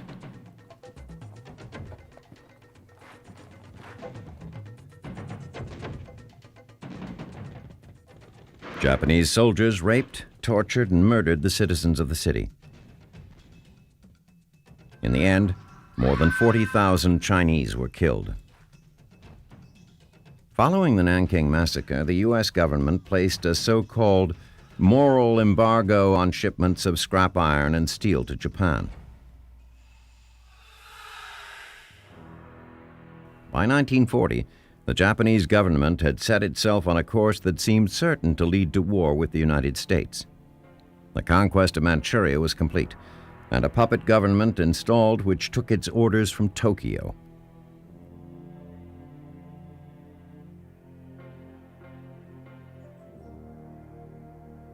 Chinese citizens were forced into slave labor in support of the Japanese advance into the rest of China.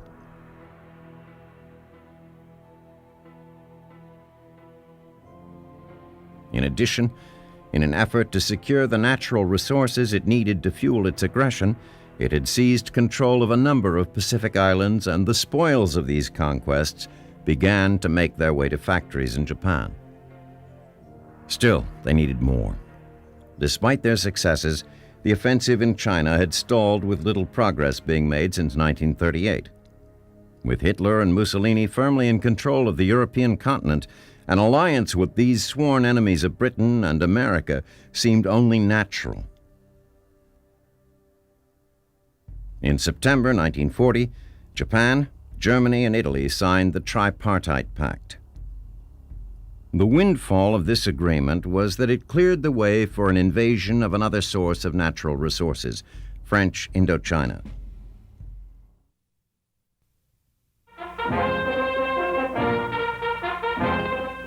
Somewhere in the Atlantic, Britain's Prime Minister Winston Churchill meets President Roosevelt. A hand clasp that ushers in one of the most dramatic conferences between the leaders of nations ever recorded. Here, the next day, the Atlantic Charter with its 8 points is formulated. As they part, hopes for a permanent peace rise in the hearts of the two great democracies of the world.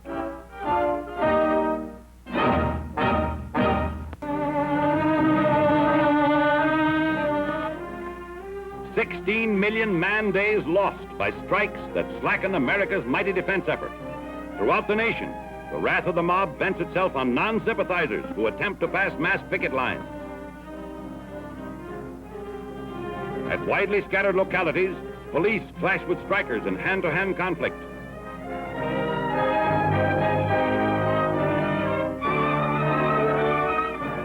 Tear gas bombs burst before the American aviation plant at Inglewood, California, as United States troops arrive to take over the factory and preserve order. They move in to assure uninterrupted production of vitally essential aircraft for America and its friendly nations at war.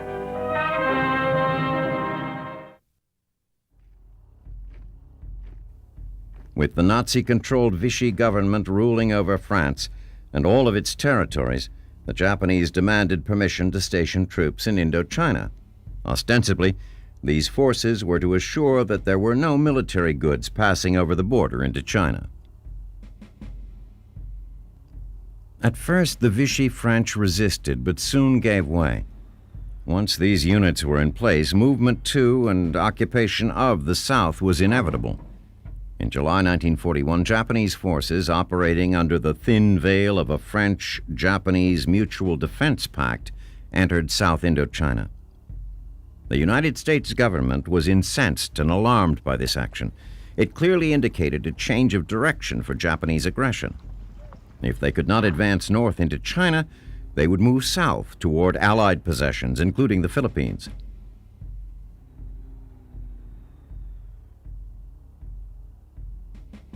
President Roosevelt, already stoking the fires for a war with Germany, sought some form of retribution. The immovable isolationist views of the American public held fast, though, and military action was out of the question. Still, it was clear that Japan's aggression could not go unanswered. So the United States froze all Japanese assets in the U.S. This was a blow to the economically strapped empire, but the news got worse. In addition to freezing the assets, the United States placed an embargo on the shipment of oil to Japan.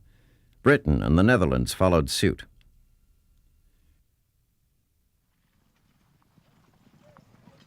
Despite the fact the Japanese had stockpiled oil in anticipation of an embargo, they had only enough to last 18 months, and military leaders estimated the war in China would take 3 years to conclude. Clearly, the situation was becoming critical. Japan's government, angry with what it saw as unjustified interference in its own regional affair, viewed the oil embargo as an act of war. Among the Japanese high command, it was now taken as a matter of fact that if the situation with the United States could not be settled with diplomacy, it would have to be settled with military action. Tensions escalated rapidly. Our captain, Kazan Young, he was on the quarterdeck just above where I was at. When the Arizona blew up, he was blown over the side. He swam back to the gangplank, or swam back to the ladder and climbed the ladder. The executive had given orders to abandon ship because we were going down and the Arizona was pulling us down. There was just no way that we could battle any longer.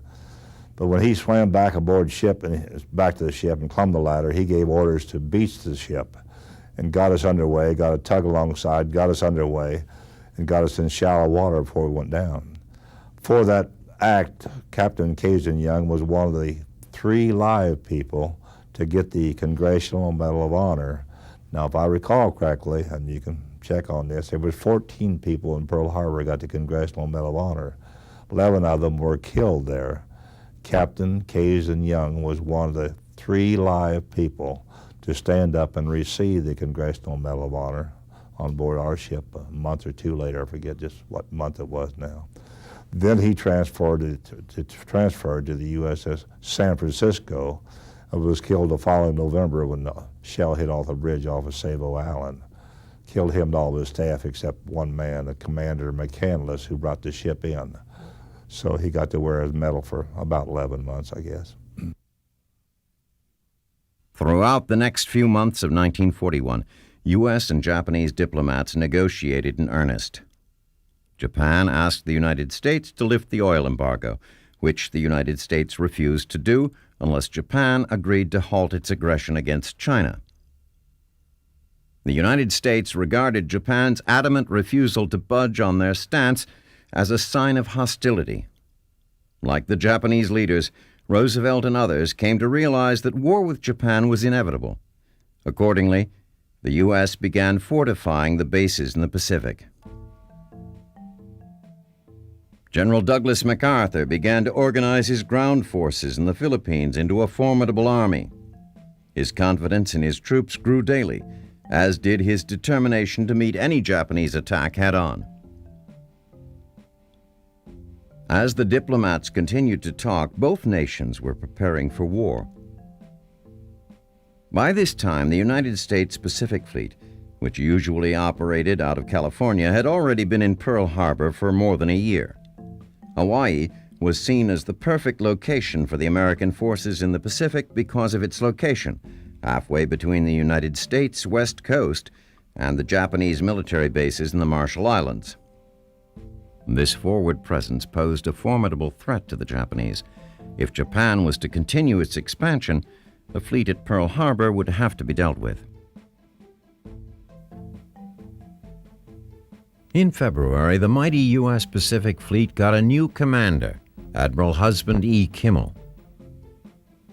He had many characteristics in common with Yamamoto, although he lacked the Japanese commander's charisma and creative imagination. Kimmel graduated from Annapolis in 1904, the same year Yamamoto graduated from Etajima. Kimmel revealed a remarkable talent for gunnery, and many of his early assignments were connected with that field.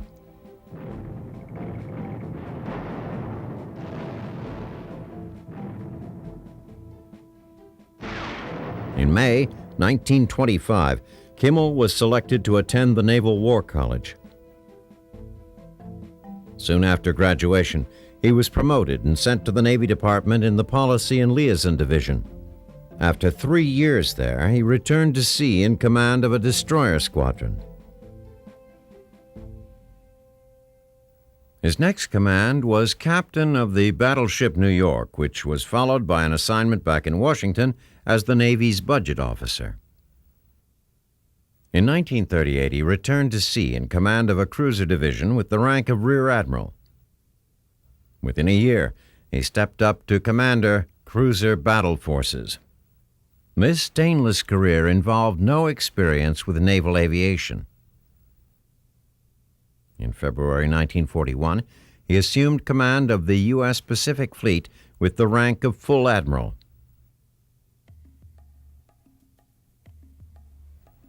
Kimmel was devoted to the offensive. He never visualized his fleet as taking a defensive posture. Throughout 1941, he worked himself and everyone else to the verge of exhaustion to prepare for the day all knew was coming, when his ships would sail forth to engage the enemy.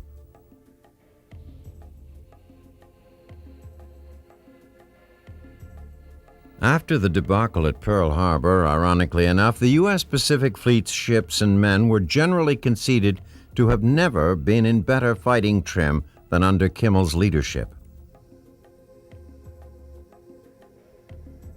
Events pushed Kimmel into command of the fleet a year earlier than planned.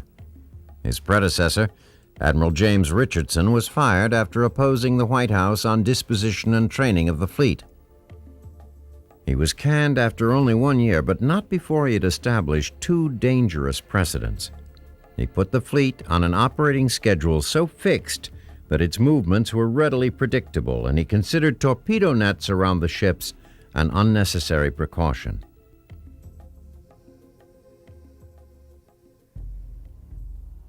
General Walter Short, Army commander in Hawaii, was atypical for a general officer. He was not a West Point graduate. Since receiving a direct commission in 1902, he had served in posts from the Philippines to Alaska and was with Pershing in Mexico.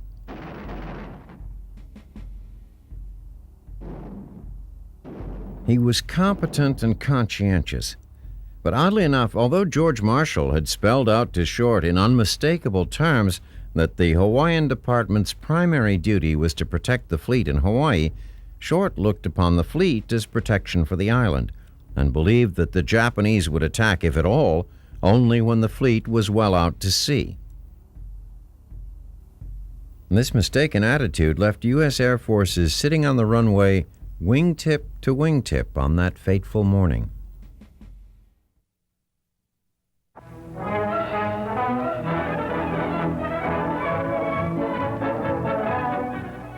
With the stroke of a pen, President Roosevelt sets in motion the nation's machinery for drafting all men between the ages of 21 and 35.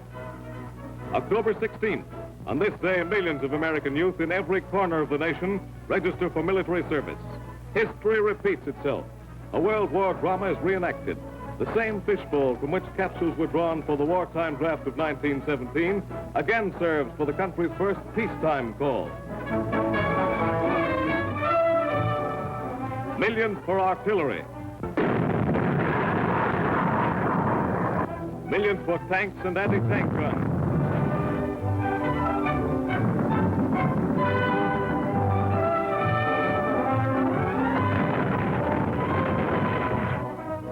Millions for airplanes, thousands of them, while American plants are turning out other thousands for Britain. American Army airmen were the first to experiment with parachutes for war, years before Russia and Germany made use of them in actual conflict.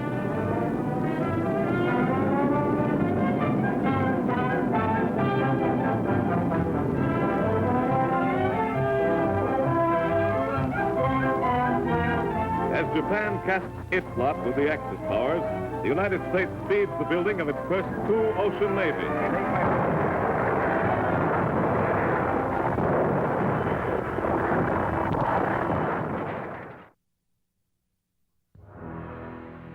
By October of 1941, the Japanese had concluded that they would have to go to war with the United States.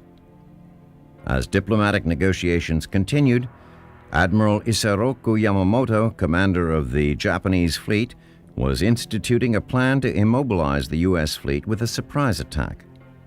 Despite some opposition by the General Staff, soon extensive training exercises were underway. Yamamoto's bold plan called for the use of 6 heavy aircraft carriers carrying 300 planes and accompanied by 24 supporting vessels as well as a fleet of submarines. The primary targets of the attack were to be the American aircraft carriers. Intelligence indicated that although groups of ships regularly left the port to engage in exercises, most of the time the entire fleet was docked in the harbor. All available modes of bombing were to be used in the attack, and the attack force had to be equipped to refuel the attack aircraft at sea. In order to assure success, all U.S. aircraft would have to be destroyed to prevent aerial opposition. Furthermore, a strong fighter element would be included in the attack as air cover for the Japanese carriers. Finally, the attack would be most effective if it could be carried out in daylight. Yamamoto preferred sunrise. With training completed, the carrier task force under the command of Chuichi Nagumo left Japan under a veil of radio silence. U.S. intelligence followed its movements for a time, but lost track before its destination could be determined. The die had been cast.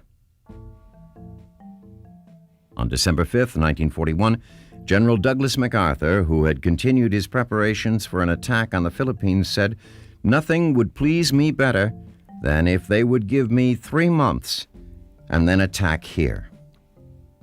He was to get neither wish. I can recall the faces of those fellows, and I can recall, not in recent years, but I have had dreams in the past, and I could look in the eye when I tell you this, where airplanes would be flying over in huge numbers, and you're running, you're out in the open, and you're running, you're trying to find cover, and you jump off a cliff. I've done this in my dreams, and you're going down and down and down. That's when you wake up. That has been an experience in my dreams, and I'm sure this is not new to fellows who are in the service. I'm sure that many of them could tell you more hairier experiences than I could ever begin to tell you, and I understand that. But I'm sure that their stories in reference to something like this would be like mine. They have relived their experiences many, many times, yes.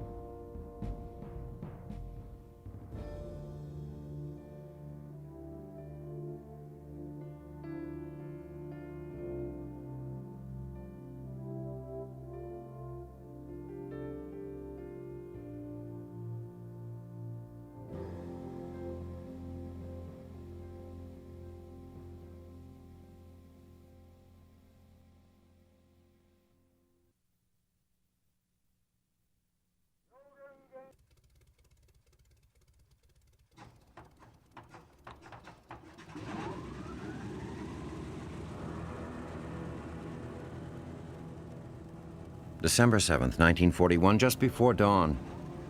270 miles northwest of Oahu, Hawaii, 181 Japanese fighters and bombers prepare to take off from 6 aircraft carriers. They are the first wave in what will be a massive and devastating surprise attack on the United States Pacific Fleet moored at Pearl Harbor.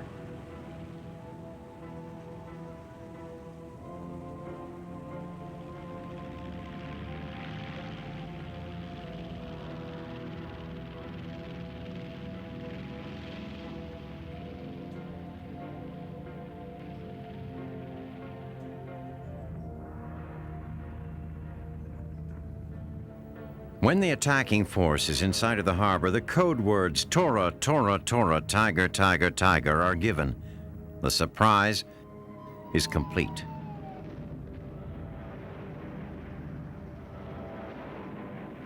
The attacking planes come in two waves, the first hitting at 7:53 a.m.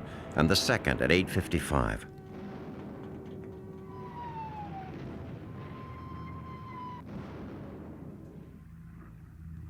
By 9:55, the attack is over. By 1 p.m., all but 29 of the planes are back on their carrier decks and steaming to Japan. Behind them, they leave chaos. The Pacific Fleet is badly crippled. 8 battleships have been destroyed or badly damaged. 188 American planes have been destroyed. 2,403 Americans are dead. Within a week, the world is at war.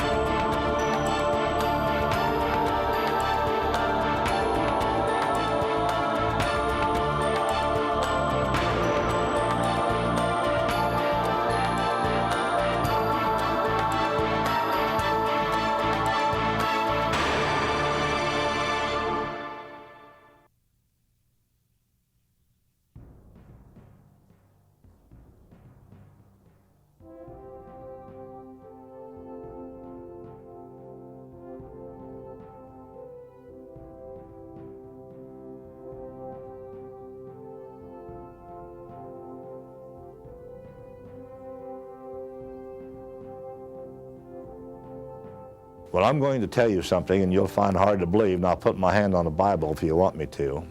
I dreamt, prior to the attack on Pearl Harbor, one night I saw ships turning over, I saw guys diving over the side, and I saw smoke. Now you say, well, what brought that on? We were having air raid drills on Sunday. We were having them Sunday night instead of Sunday morning. Me thinking about those possibilities, I attributed that dream to that particular incident. But I did have a dream, and I will put my hand on a Bible. I will take a polygraph test if you ask me to convince you that I'm telling you the truth. But I dreamt what happened in Pearl Harbor prior to the time that it happened. In April 1940, Roosevelt had ordered the United States Pacific Fleet to Pearl Harbor. This was the perfect location for the American forces in the Pacific, halfway between the United States West Coast and the Japanese military bases in the Marshall Islands.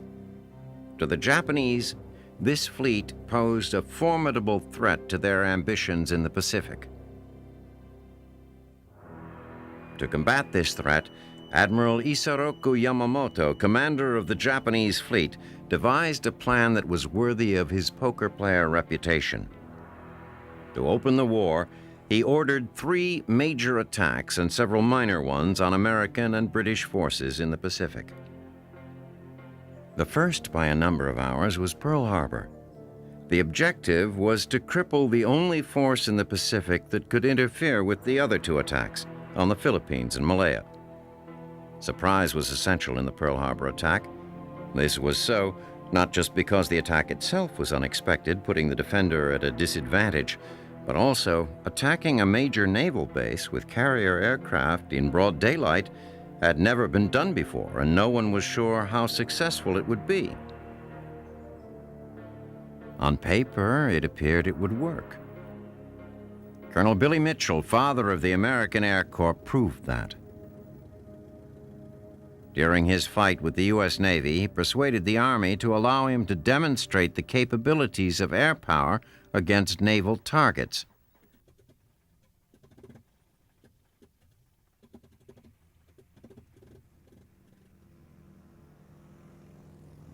He was given the captured German capital ship, the Ostfriesland, and told to try to sink this unsinkable ship.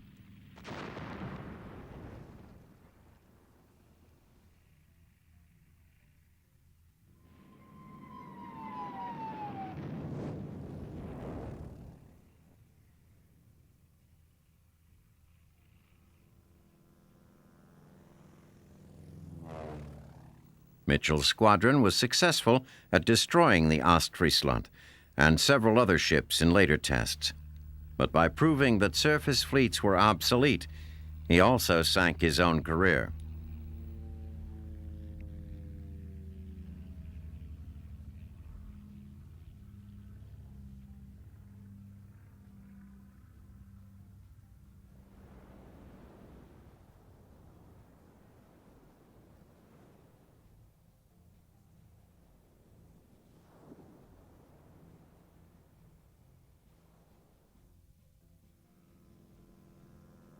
The British had also proven this point rather successfully in a nighttime air raid on the Italian fleet in Taranto harbor on November 11th and 12th, 1940.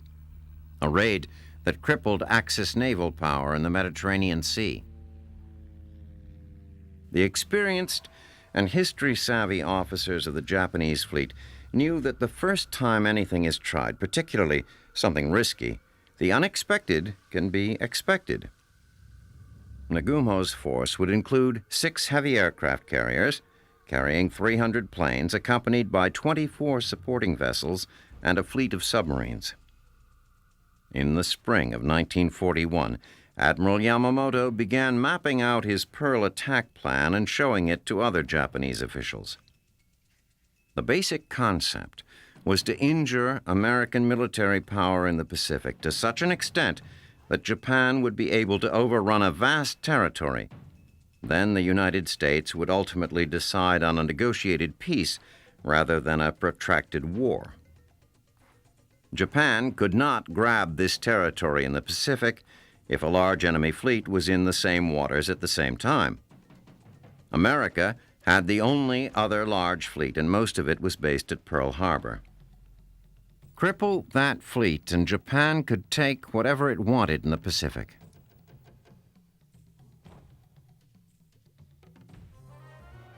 They called it the paradise of the Pacific, but it really wasn't. There wasn't a whole lot to do for servicemen there. They had boxing teams on the ship, and we had rowing, where we'd take rowing whaleboats out and have competition with the fleet, and basketball and football and baseball. But Liberty and Honolulu wasn't too good. I mean, there just wasn't a whole lot to do. I couldn't even go in and get a beer because I was too young. Couldn't buy no beer. Actually, you couldn't go to Waikiki Beach in uniform. So a lot of guys had locker over at the YMCA where they changed into dungaree pants and those Hawaiian shirts, and then you could go out there, but you couldn't go out there in uniform. And a lot of movie stars were out there, but I didn't go out there too much. Once, a couple of times. The Pearl Harbor Strike Force, 6 carriers with 300 aircraft, 2 fast battleships, 2 heavy cruisers, a light cruiser, 9 destroyers, and 3 submarines, supported by 8 tankers and supply ships, was concentrated in great secrecy at a secure anchorage in the Kuril Islands north of Japan. As part of the undertaking, another group of submarines was assigned to ferry 2-man midget subs tasked with penetrating Pearl Harbor from the sea at the time the airmen attacked. The primary targets of the attack were to be the American aircraft carriers. All U.S. aircraft were to be destroyed to prevent aerial opposition. A strong fighter element would be included in the attack for air cover for the fleet.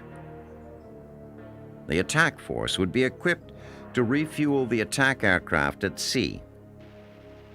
The attack would be most effective if it could be carried out in daylight. Yamamoto preferred sunrise. There was opposition to Yamamoto's plan among Japan's Navy general staff, but it was soon overcome, and the green light was given to proceed with preparations for the attack.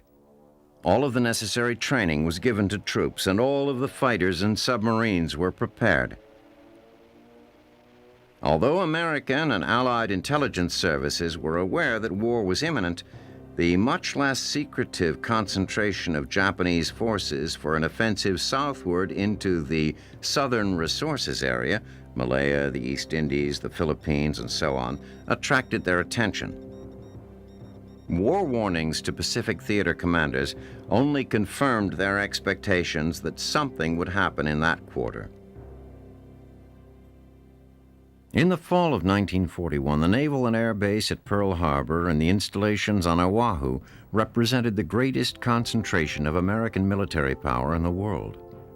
This force was under the command of Admiral Husband E. Kimmel, an officer with a stainless career who was given the command unexpectedly when his predecessor, Admiral James O. Richardson, had incurred the wrath of President Roosevelt.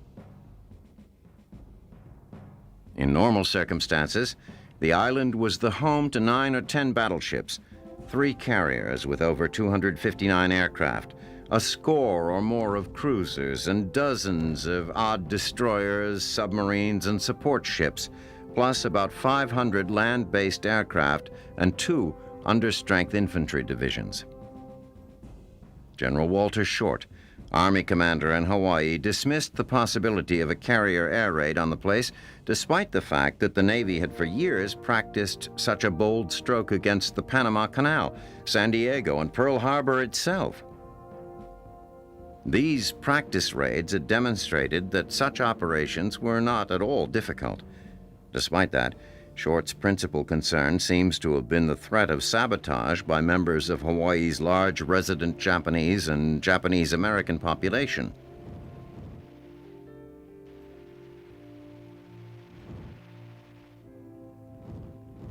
On November 26, 1941, the strike force sailed under the command of Vice Admiral Chuichi Nagumo. Maintaining total radio silence, the strike force took a route through the North Pacific which had proven wholly devoid of shipping under normal circumstances. They sailed on, waiting for the coded order to launch the strike. Climb Mount Niitaka.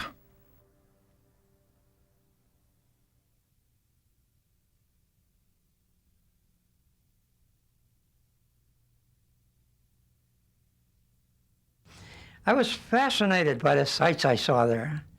Unsophisticated teenager, just turned 18, battleships all over the place with big guns sticking up. I was at cruisers and submarines, and over in this other place where I was supposed to be were the PBYs. Well, they called us to muster on the steps of the administration building. And the bosun mate counted out 4 or 5 at a time, marched them off. And there was one man left standing. And he says, "You must be Messner." "Yes, sir." He says, "Well, kid," he says, "the squadron's all full up." My goodness, I says, "What about me?" He says, "Well, somebody will flunk out. We'll get a chance to pull you up. In the meantime, we're going to put you on temporary duty aboard the Avocet." I said, "What's that?" He says, "That's a seaplane tender." I says, "Where is it?" He says, "Well, it's out to sea right now. You'll be coming in tomorrow." I kind of figured I was let down. I was betrayed. I wanted to be on one of them big fighting ships or an airplane, battleships with the big guns sticking up all over them. I said, here they put me on a tugboat. But I was mistaken. The Avocet turned out to be a very brave ship. When the battleships eventually were sitting on the bottom, burning and exploding and capsizing, they called upon the Avocet to go alongside and put the fires out. They were like dinosaurs trapped in the tar pits. And the Avocet went amongst them while the bombs and torpedoes were slamming into them. And we poured water on them. We pulled people out of the water. We did all kinds of things.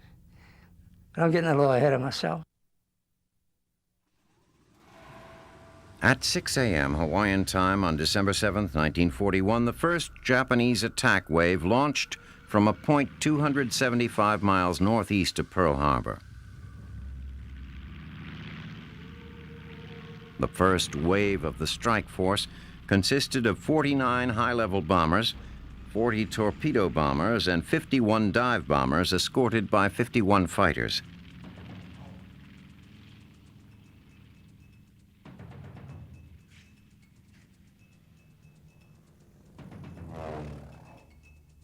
As these flew southwards, they split up into different sections, each with its particular objective.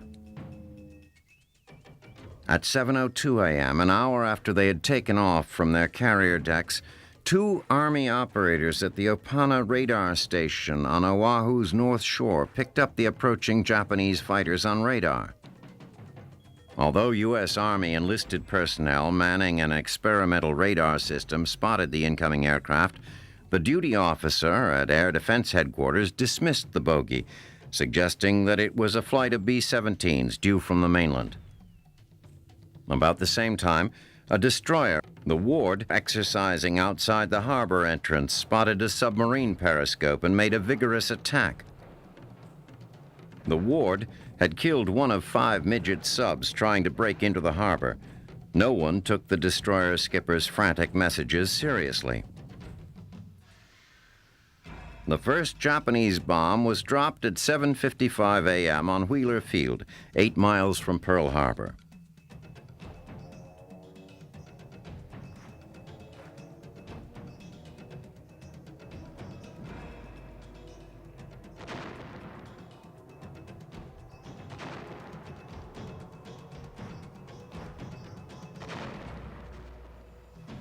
That morning at 7:55, my friend and I, Steve Seaback, were going to attend church services. As we're approaching the church, we heard a hum of planes behind us. We looked back, and over a mountain pass, which is known as the Koli Pass, we saw planes coming over. As we looked back, we noticed that there was a rising sun on the wingtips. So when I saw that, my legs locked. I got a chill through my body, and I thought to myself, forget about ever going home. But anyway, as they came overhead, they came so low that you can see their ugly, silly grins on their faces looking down on us. As they made a couple of turns, they went towards the quadrangles. There was different quadrangles, the 3rd Engineers, the 19th, the 27th, the 35th, each regiment had their own quadrangles. As they went over the quadrangles, we can hear a scraping going on. And as they went over the 3rd Engineer quadrangle, they dropped a bomb on the building, and we understand at the time that 2 soldiers were killed. When they were finished strafing around Schofield, they went on their way to Wheeler Field. From there, we can hear the explosions, smoke bellowing up into the sky, and it made your heart feel sad knowing that these people were being killed, not knowing what's happening to them, and you just had to stand there and just have tears coming out of you. At the same time, our weapons were locked in racks, and they were in the weapons room, and we were unable to get to them, and the weapons sergeant was nowhere to be found, so there was nothing we could do. But in the meantime, we noticed that after the bombing and strafing stopped at Wheeler Field, we noticed that the planes were going further out, which meant that they went to Hickam Field and to Pearl Harbor to do more havoc out that way.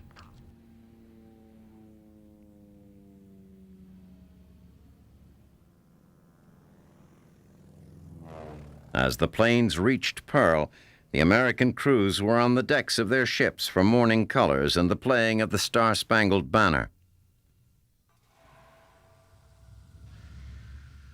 The Japanese planes moved with stunning precision to their primary targets, the 7 battleships moored at Battleship Row along the southeast shore of Ford Island. The first torpedoes hit Oklahoma with a crump and a boom, and the battleship shuddered like a wounded beast. The next torpedoes struck almost immediately after the first.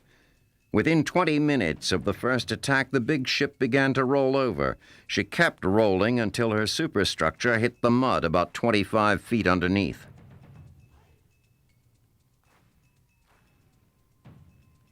I can say there were a lot of targets up there, and the pointers and trainers were training the gun manually, trying to get on these targets, and the gun captain was calling the side angles, deflections, and the fuse settings. And there were several planes shot down, but there was so much concentrated fire over the harbor after they realized what was going on that you couldn't tell who was getting what planes or nothing.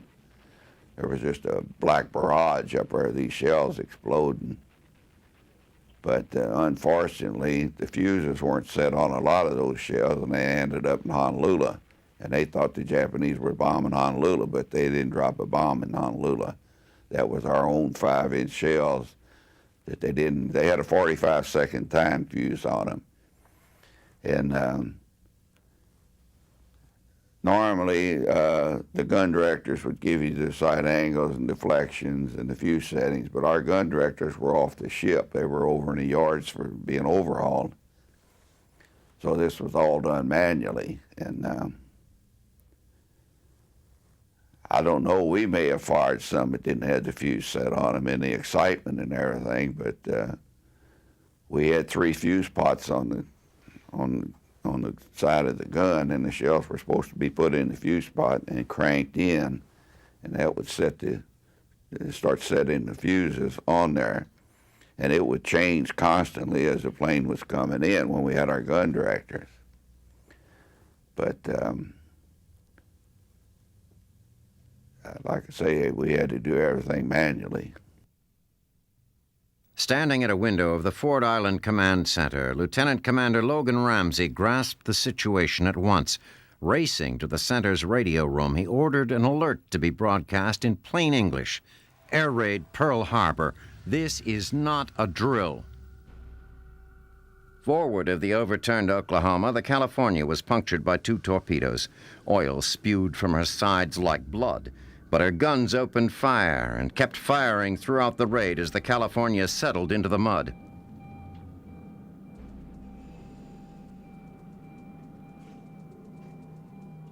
Aft of the Oklahoma, the West Virginia began to sink with her decks afire, her guns also keeping up the barrage.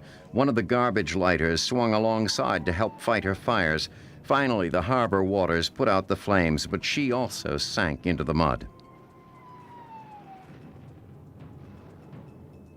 Approximately 10 minutes into the attack came the most thunderous explosion as a bomb smashed through the 2 armored decks of the USS Arizona and ignited its powder magazine. The big battle wagon seemed almost to lurch out of the water. The concussion was felt for hundreds of yards around her. The resulting explosion ripped open the hull of the ship and started a fire that swarmed over the ship, completely engulfing her. Within minutes, she sank to the bottom of the harbor. More than 1,100 men went down with the Arizona.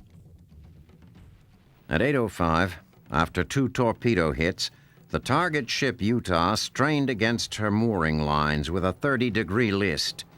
With her torpedo blister removed, the Utah had little chance of surviving the attack.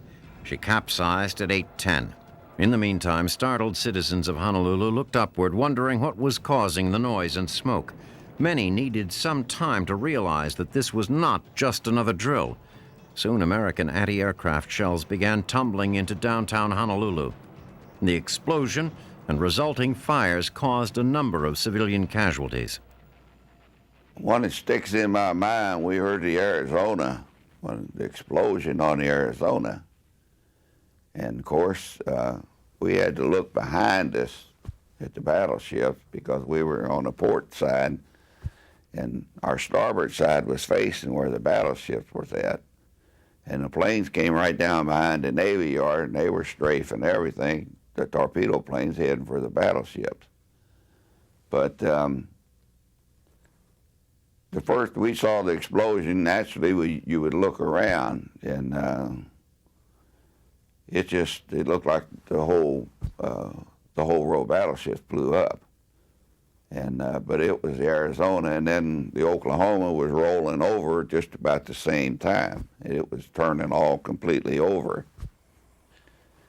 And our gun captain was a boatswain's mate second, and he'd been in the Navy 16 years, and those guys, they just couldn't believe it. Because I remember him, he had tears streaming down his face and saying, wait till our planes get in the air. But unfortunately, they never did get in the air, because they had that attack synchronized where they knocked out all the airfields, and they had all these planes bunched up together on the runway trying to keep them from being sabotaged, and they were just sitting ducks for these Jap fighters come down through there strafing them.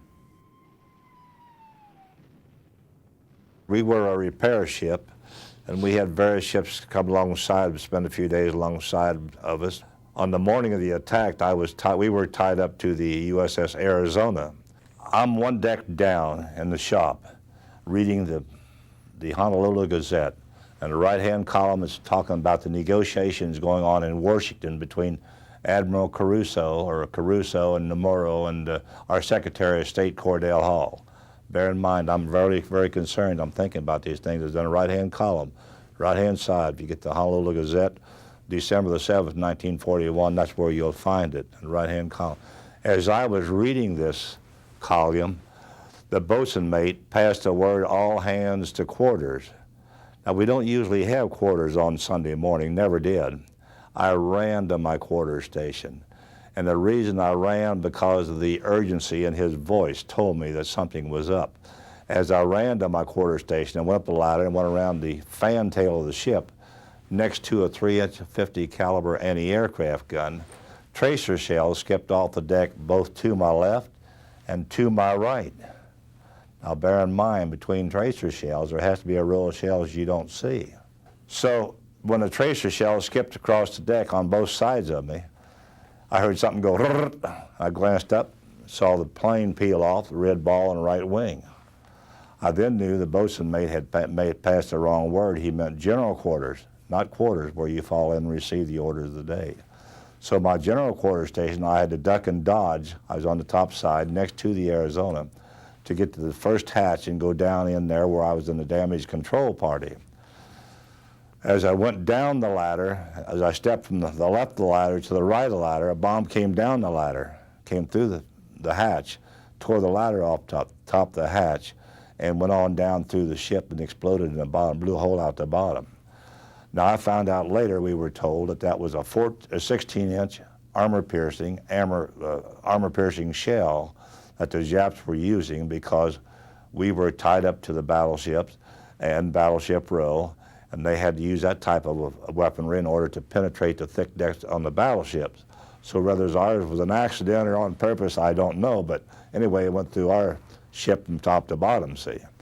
That was an armor-piercing shell. So that was, I measured it off later, and I took 3 steps from where I was to the hole in the deck where I was standing just seconds before.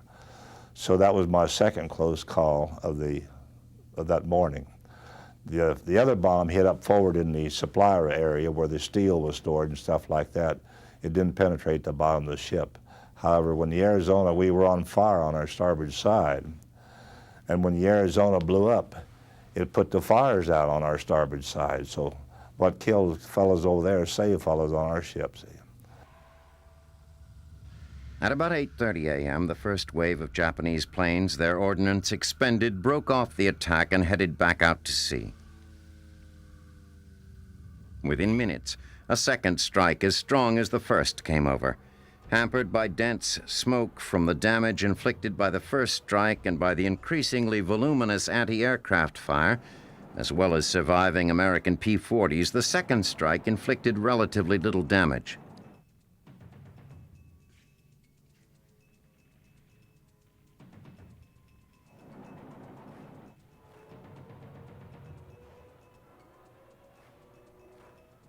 Before the arrival of the second wave, the crew of the Nevada, despite the damage done to her, got her underway and moved her down the channel toward the open sea.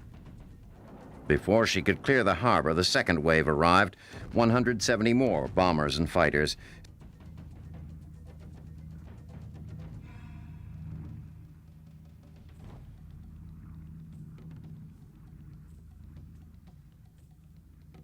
Seeing the Nevada under steam, they concentrated their initial attacks on her, hoping to sink her in the middle of the channel and block it.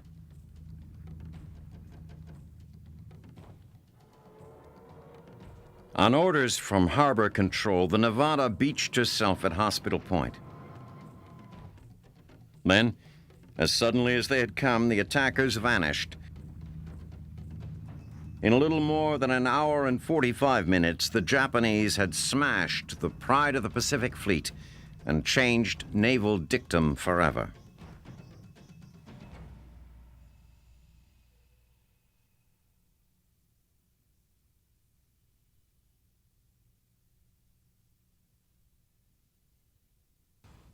I saw a devastating sight. Decapitated bodies from the gun turrets, arms and legs strewn over the deck, blood running out of the scuppers. Men walking down the deck, completely burned with their clothes burned off and their skin hanging down. You heard the old term, dead men walking. Some of them fell over the side. We couldn't get to them.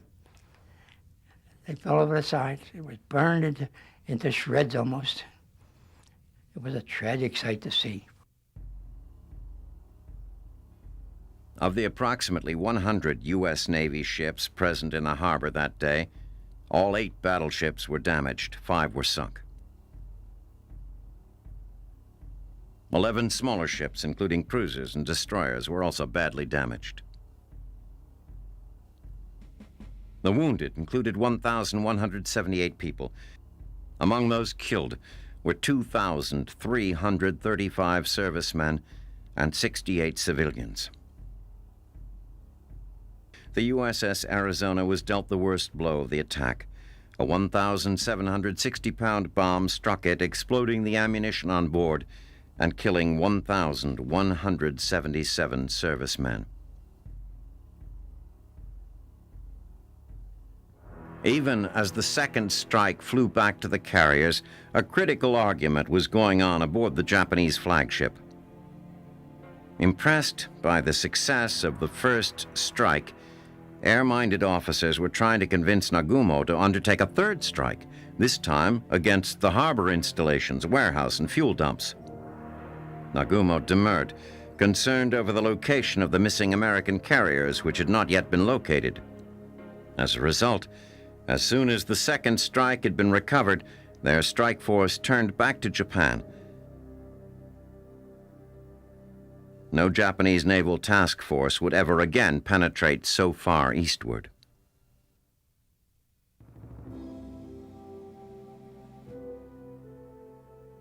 Pearl Harbor was a devastating defeat for the United States. A total of 18 warships were sunk or damaged, including 2 battleships that were total losses, Arizona and Oklahoma.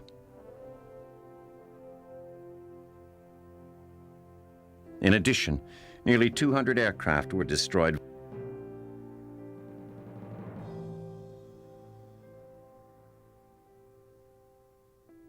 Japanese losses were 5 midget submarines and about 28 aircraft, for a total of less than 50 men.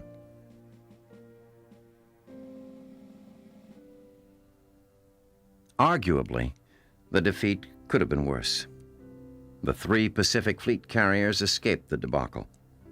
Saratoga was undergoing a refit at San Diego, while Lexington and Enterprise were at sea, returning from delivering additional aircraft to Wake Island. A case can be made that Nagumo's decision not to undertake a third strike was an error, for it would have destroyed the fuel dumps, thereby crippling the remnants of the fleet, and so seriously damaged the harbor facilities and forced the U.S. fleet back to the West Coast. But it is important to note that Nagumo's second strike had been relatively ineffective and suffered the greatest losses. A third attack may have meant losing the advantage of surprise, valuable airmen, and as long as the U.S. carriers remained undetected, even losing the fleet itself. Sunset did not end the commotion in the skies over Oahu. At 10:10, 6 Wildcats from the U.S. carrier Enterprise, returning from delivering aircraft to Wake Island, droned over the harbor. Below them, the sight was one of hell on earth. The Arizona continued to burn, as she would until the 9th. Also aflame was the destroyer Shaw, the battleship California, and many of the military installations and airfields around the island. Just as the 6 pilots lowered their gear and entered the landing pattern for Fort Island, the harbor defenders opened up with everything they had. Miraculously, 2 of the planes landed safely, and a third made nearby Barber Point. However, 3 of the Navy aviators were killed by friendly fire. The last, fallen warriors of a long day of death.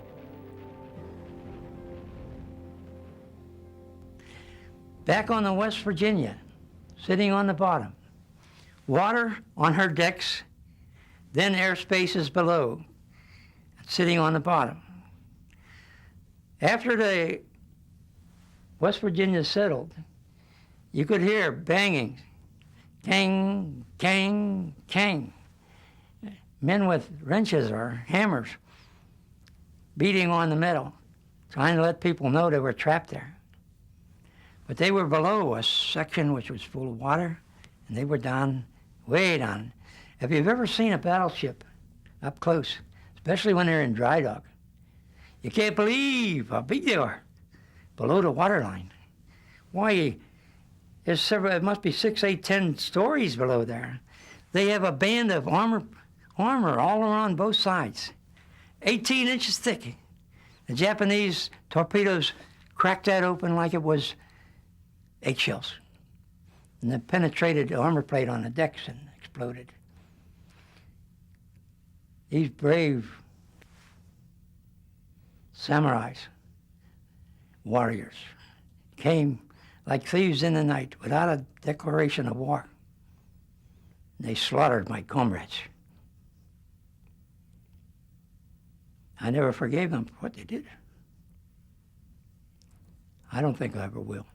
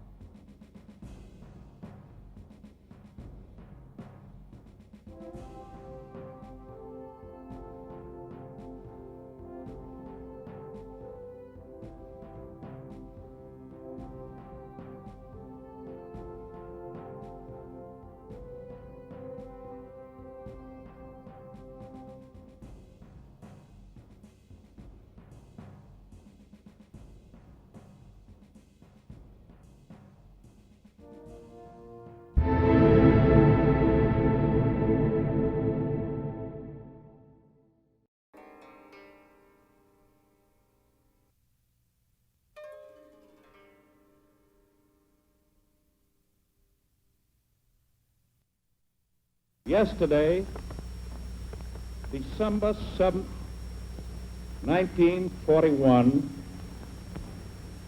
a date which will live in infamy.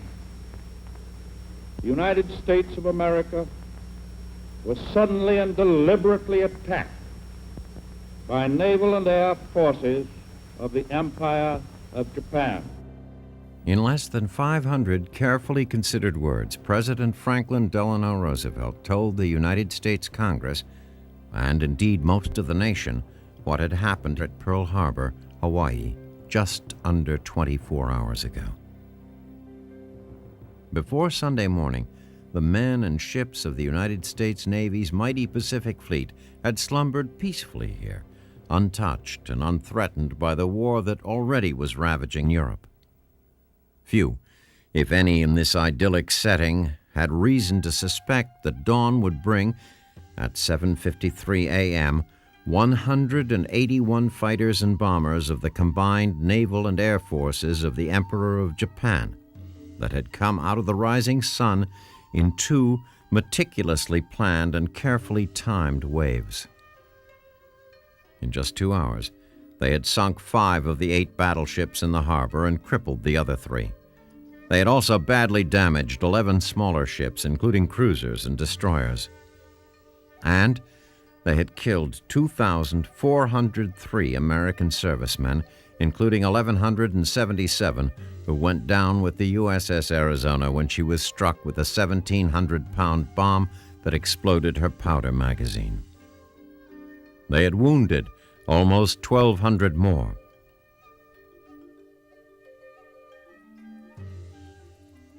By all accounts on this morning, the attack had been a complete success.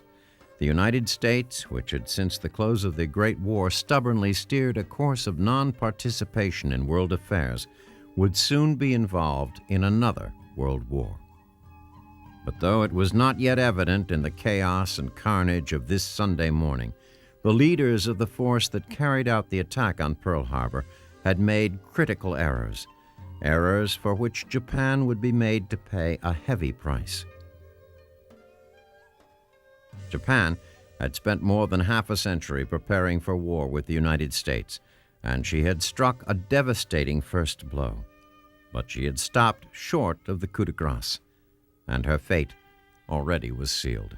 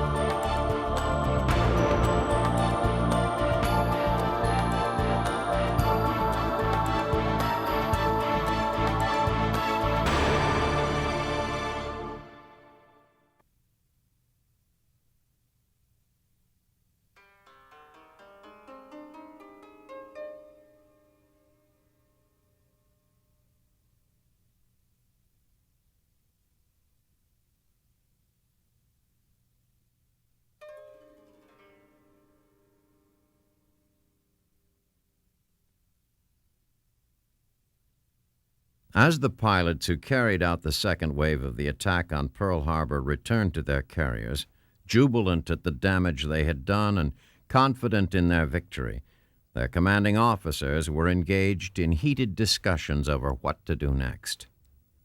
From his flagship, the Hiryu, Rear Admiral Taman Yamaguchi, commander of the 2nd Carrier Division, sent a message to Admiral Chuichi Nagumo, commander of the Pearl Harbor Striking Force, that he was ready to launch another attack. The pilots gathered on the flight decks of their carriers and waited for the command to attack again. Admiral Nagumo was questioning Lieutenant Commander Mitsuno Fuchida, who had been chosen by Admiral Yamamoto to lead the airstrike. Yes, Commander Fuchida reported, he believed the battleship force of the U.S. Pacific Fleet was completely immobilized for 6 months. No, he admitted, the American carriers were not at Pearl, as the Japanese High Command had hoped. The 3 carrier task groups were at sea, possibly nearby. Admiral Nagumo had never liked the Pearl Harbor attack plan, and now with the seas beneath his ships getting choppy and his heart heavy with the fear that one of the American carrier groups might stumble upon them if they stayed long enough to launch a third attack, he ordered his carriers to stow their planes and come about for the return trip to Japan. Nagumo and his chief of staff, Rear Admiral Ryunosake Kusaka, who also had been opposed to the surprise attack, believed that they had accomplished their mission. They had, they believed, prevented the United States from waging war in the Pacific for at least 6 months, and assured the safety of the attack forces on their way to attack Malaya and the Philippines. Best of all, they had done this without risking their own carriers. But by not staying to exploit their victory, a mistake which puzzled even the American command, Nagumo and Kusaka left the Americans in better shape than they realized, and their superiors in the Japanese military establishment knew it even before the attack force returned home in apparent triumph. Fortunately for Japan, her naval and air forces were on the move elsewhere in the Pacific. The attack at Pearl Harbor was just the opening salvo in what was a well-planned and devastating three-pronged attack. For the next 72 hours, the Japanese would unleash their military forces all across the Pacific.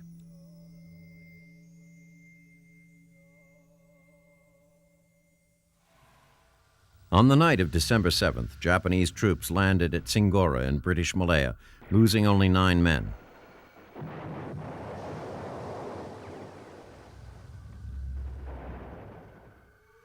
Early on December 8th, Japanese planes and warships attacked Davao and Guam.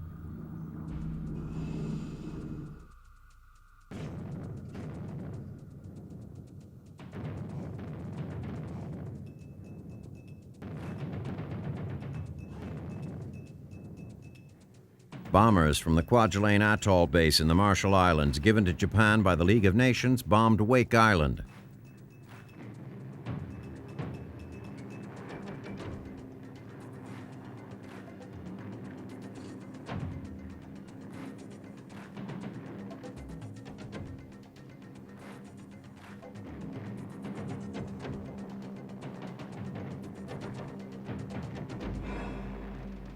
The Japanese Air Force also bombed Singapore and the nearby naval base.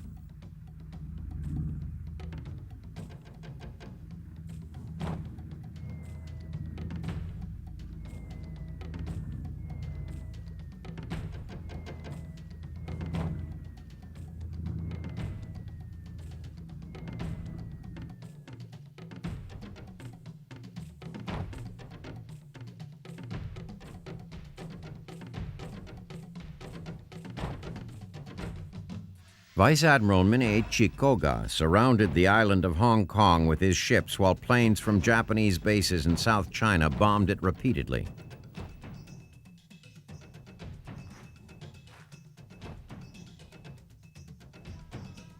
Before overrunning Shanghai, Japanese naval forces sank the HMS Petrel after the crew of the British gunboat refused to surrender, then boarded the USS Wake and imprisoned her crew.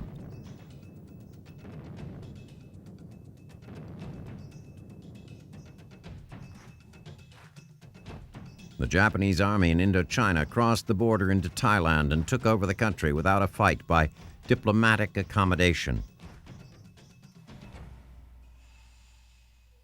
While the bombs rained down on Hawaii, Navy pilots of Japan's 11th Imperial Air Fleet, based on Formosa, spent a fitful night beside their planes waiting for a heavy fog to lift. Their assignment? To bomb the critically important American airfields 500 miles away in the Philippines, part of the coordinated attack on U.S. forces stretching across the Pacific from Pearl to Wake Island, Guam, and Manila. At 6 a.m., tension on Formosa was growing thicker than the fog. A loudspeaker blared the news of the attack on Pearl Harbor, sending the Japanese forces into resounding cheers. Now their mission had acquired an added risk. The Americans would no longer be surprised and surely be waiting in strength. The fog lifted, and by 10:45, December 8th, Philippine time, 108 Japanese bombers and 84 Zero fighters were airborne and speeding toward Luzon, the largest island in the Philippines. While General Douglas MacArthur is, by most historians, considered one of the most capable military leaders the U.S. ever produced, an American Caesar, he had his failures. One of the most devastating was the manner in which he conducted the defense of the Philippines. There, despite the fact that MacArthur had more than half a day's warning, the Americans were caught flat-footed. Immediately upon learning of the attack on Pearl Harbor, Major General Lewis Brereton, commander of U.S. Air Forces in the Philippines, wanted permission to launch his bombers against the Japanese on Formosa. The Americans did not have adequate maps, and the B-17s would have to go without fighter protection, but Brereton believed that his crews could inflict heavy damage on the Japanese bases. Brereton sent his planes aloft as a precaution and waited for a reply to his request. Hours passed with no reply from MacArthur. Then, shortly after 10, the OK came. Brereton called his planes to land and refuel. It was then at about 12:20 p.m., while they were lined up in neat rows, that the first bombs dropped.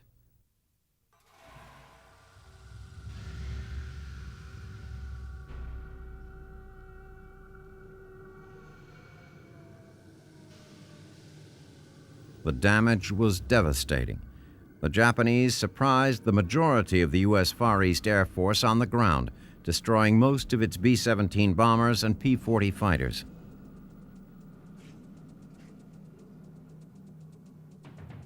Japan's program for conquest in the Pacific had begun with stunning effect. The United States naval and air power in both Hawaii and the Philippines had been dealt a series of terrible blows. On the same day, the vital outpost of Guam and Wake Island were bombed, and invasion was sure to follow. Guam's end was swift. In the hours after midnight on December 10th, some 5,400 Japanese Marines and infantry splashed ashore. By dawn, they had reached the governor's palace, where a brief firefight took place. As the sun came up, the Americans ceased fire, and the 427 U.S. Marines surrendered. On that ignominious note, the only piece of United States territory in the 3,000-mile stretch of the western Pacific between Wake and the Philippines was lost. Wake was next. The first attack on Wake occurred just before noon on Pearl Harbor Day. Upon hearing of the attack on Pearl by radio, the island commander had his bugler sound call to arms. The Marines grabbed their rifles, and 4 Grumman Wildcats took off on patrol. Then a squall came up, and the patrolling Wildcats missed a flight of 36 enemy planes that came in under the clouds. The Japanese strafed the airfield on Wake, blowing up 7 of the fighters still on the ground. But with the remaining planes, the flying Leathernecks managed to shoot down a dozen of the enemy bombers.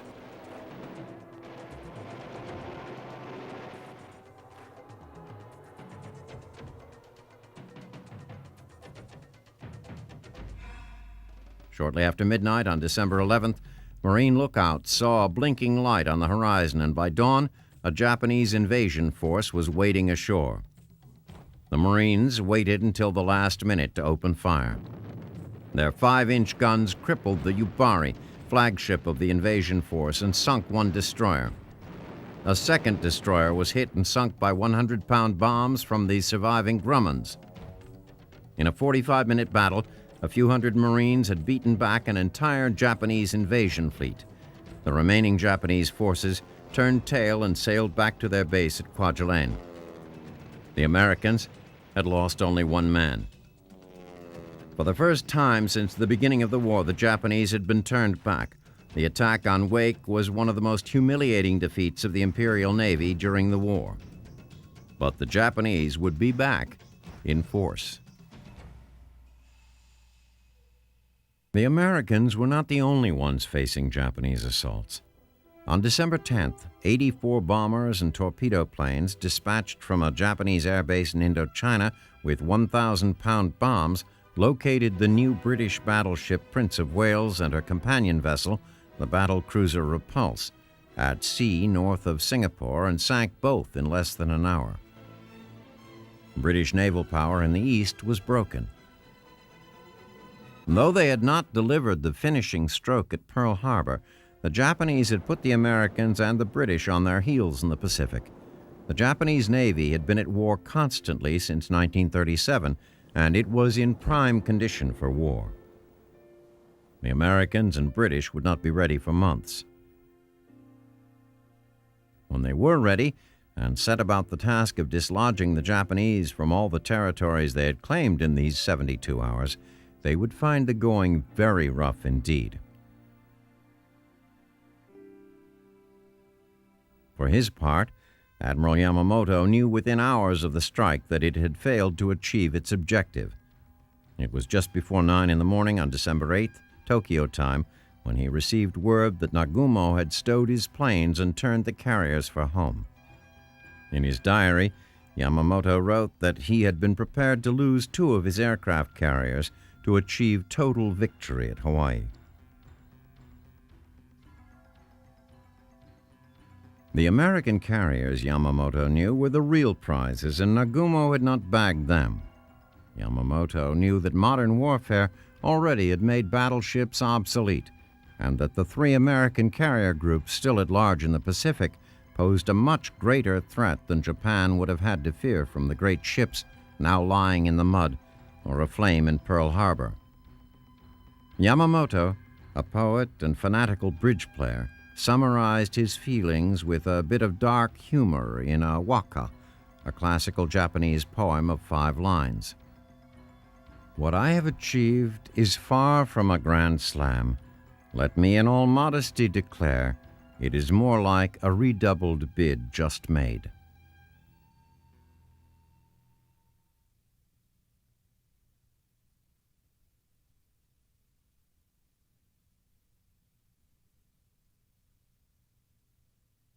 Adolf Hitler received the news of the bombing of Pearl Harbor in his remote underground bunker, the Wolf's Lair, some 450 miles northeast of Berlin.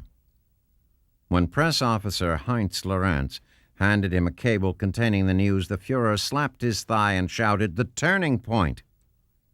Hitler could hardly contain his ebullience when he related the news to Generals Alfred Jodl and Wilhelm Keitel. Now it is impossible for Germany to lose the war. We now have an ally who has never been vanquished in 3,000 years. Roosevelt must be smashed. It has been the major accomplishment of the Japanese that they have destroyed the myth of American superiority from the start. But Jodl and Keitel, like the other generals in Hitler's command, had misgivings about the news from Hawaii. They all had hoped that Japan would enter the war, but in Siberia and against the Russians, to take some pressure off the Wehrmacht on Germany's eastern front. Though General Heinz Guderian's 63rd Corps was entrenched in the suburbs of Moscow, it, like most of Army Group Center, was all but immobilized by the snow and cold.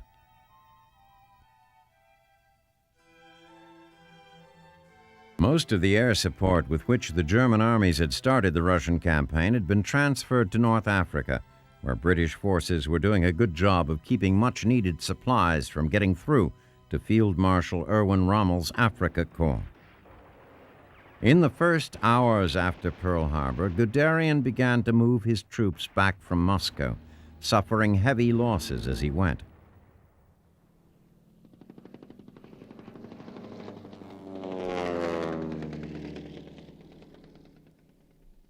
If he knew any of this, the Fuhrer chose to put it out of his mind. Celebrating the Japanese victory, even his closest generals believed would avail the Reich very little.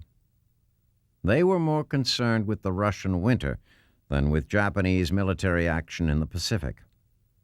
Japan's action, all the generals agreed, promised no help to the armies on the Eastern Front. For them, rather, it evoked the specter of America's entry into the war on the side of an enemy who already was gaining the upper hand. On December 8th, before leaving for Berlin and a ceremony honoring Japan's ambassador Oshima for his country's success, Hitler sent word to Admiral Dönitz of the Kriegsmarine to have his U-boats begin attacking American ships wherever they found them.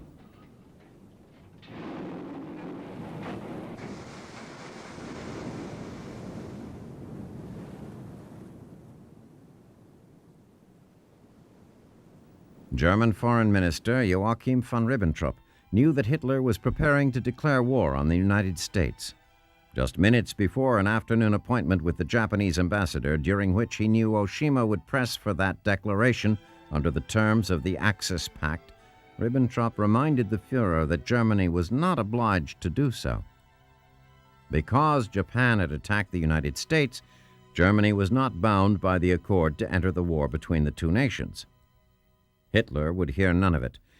If we do not stand on the side of Japan, he told his minister, the pact is politically dead. That was not Hitler's main reason for wanting war with the U.S.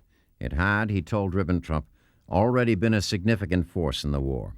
What's more, Hitler knew, America's leaders believed it could not be ready to fight a major war until at least 1943. The time to strike was now. On December 11th, Hitler addressed the Reichstag, calling Roosevelt a criminal backed by millionaires and Jews who had provoked Japan into attacking the United States. Before Hitler could even say the words he had summoned them to hear, the members of the Reichstag rose and cheered him wildly. Back in the Wolf's Lair, the generals were astonished at the swift declaration. They knew that the Reich could not possibly widen the scope of its military commitment with any hope of success. Hermann Göring, commander of the Luftwaffe, was more direct. Privately, he called Hitler's headlong rush to war with the U.S. Selbstmord, suicide.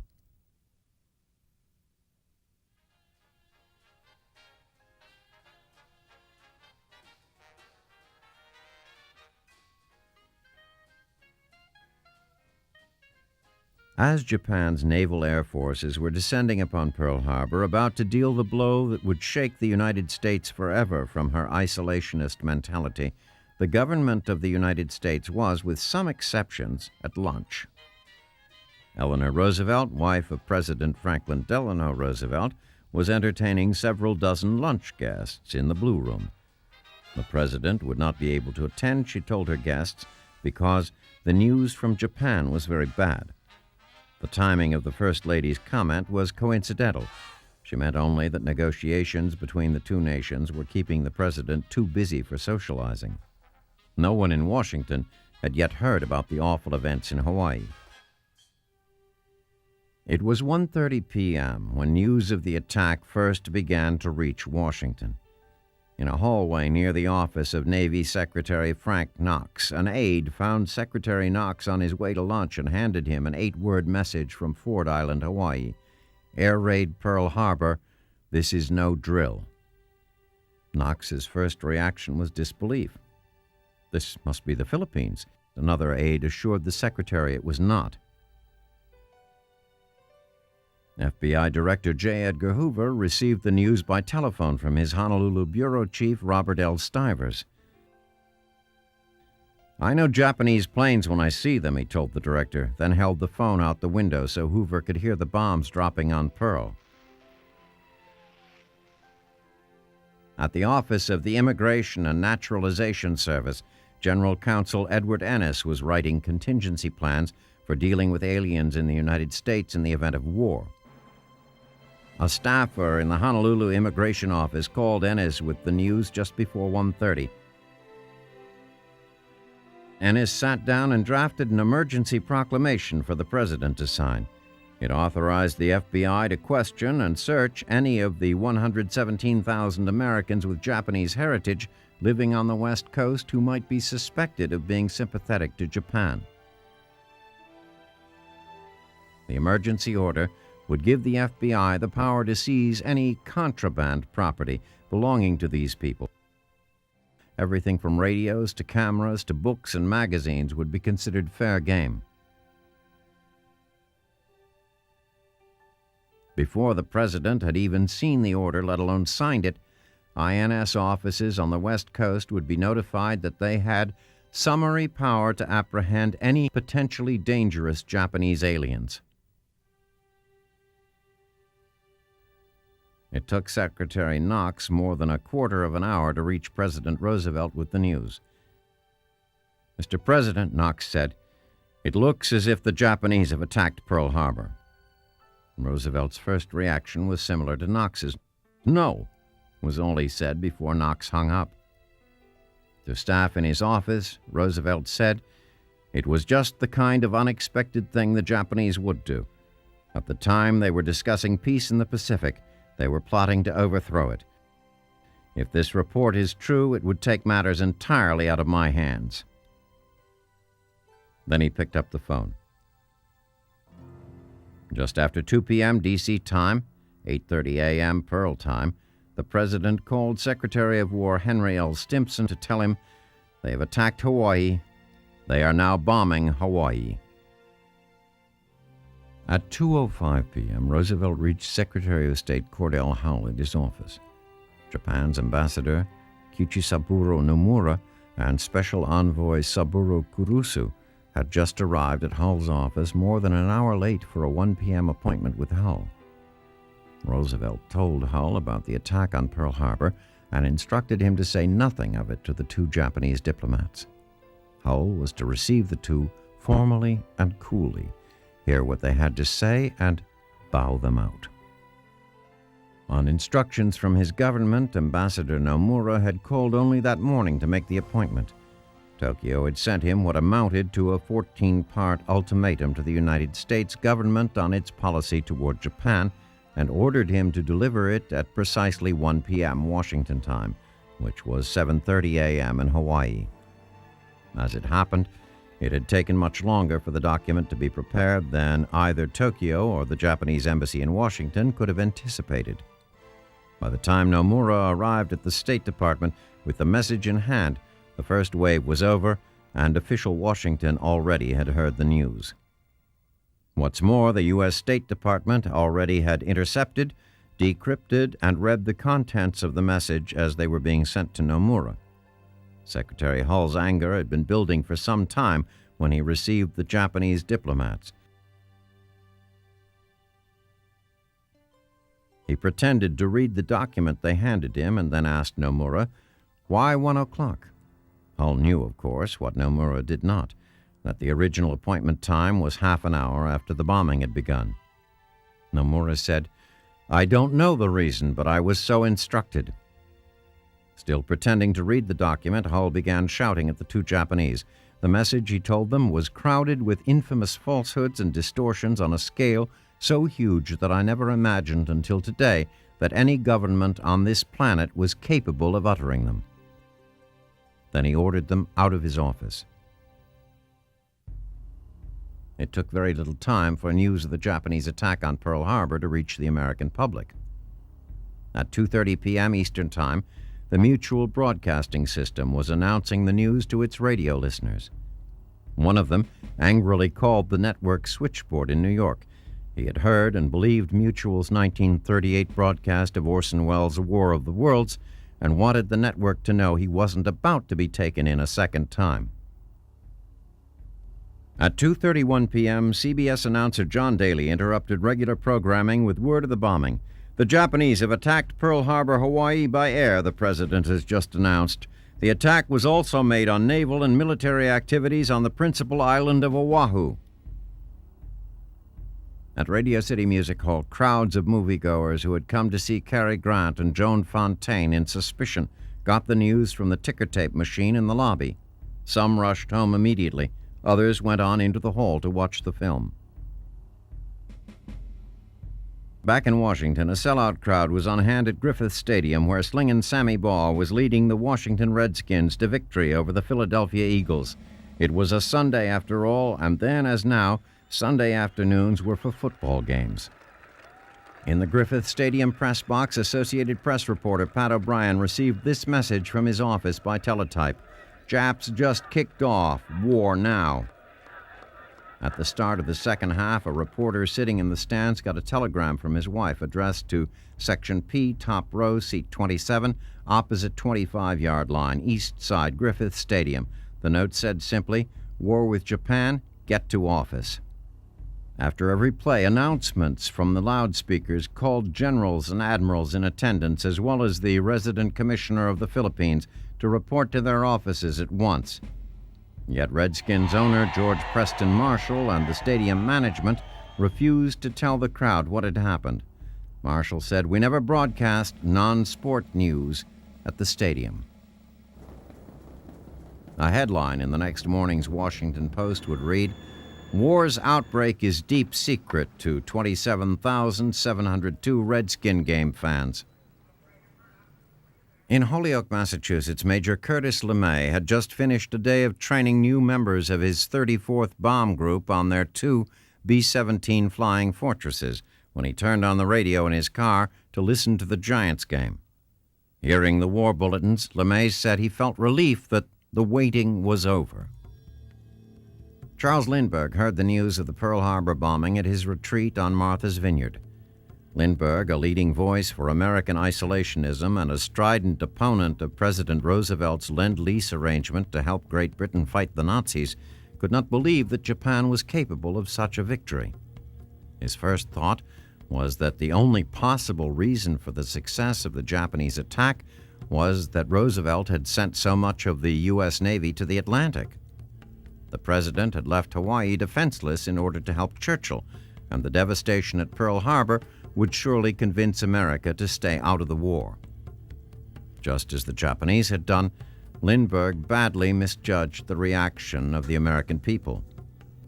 Within hours, all across the United States, Americans took to the streets, demonstrating their anger at the Japanese and their desire to go to war.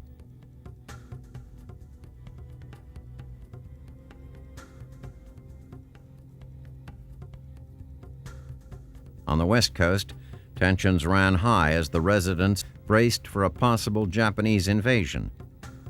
They began to regard their Japanese-American and Nisei neighbors suspiciously. In San Pedro, California, and nearby Long Beach, the tuna fleet, which was mostly Japanese-Americans, had set out to sea in the morning, then abruptly turned back to port when they heard radio reports of the Pearl Harbor bombing. By 9 o'clock on the evening of December 7th, many of them were in the detention pen at Terminal Island, where more than 300 Japanese had been imprisoned after being taken from their homes and cars and boats.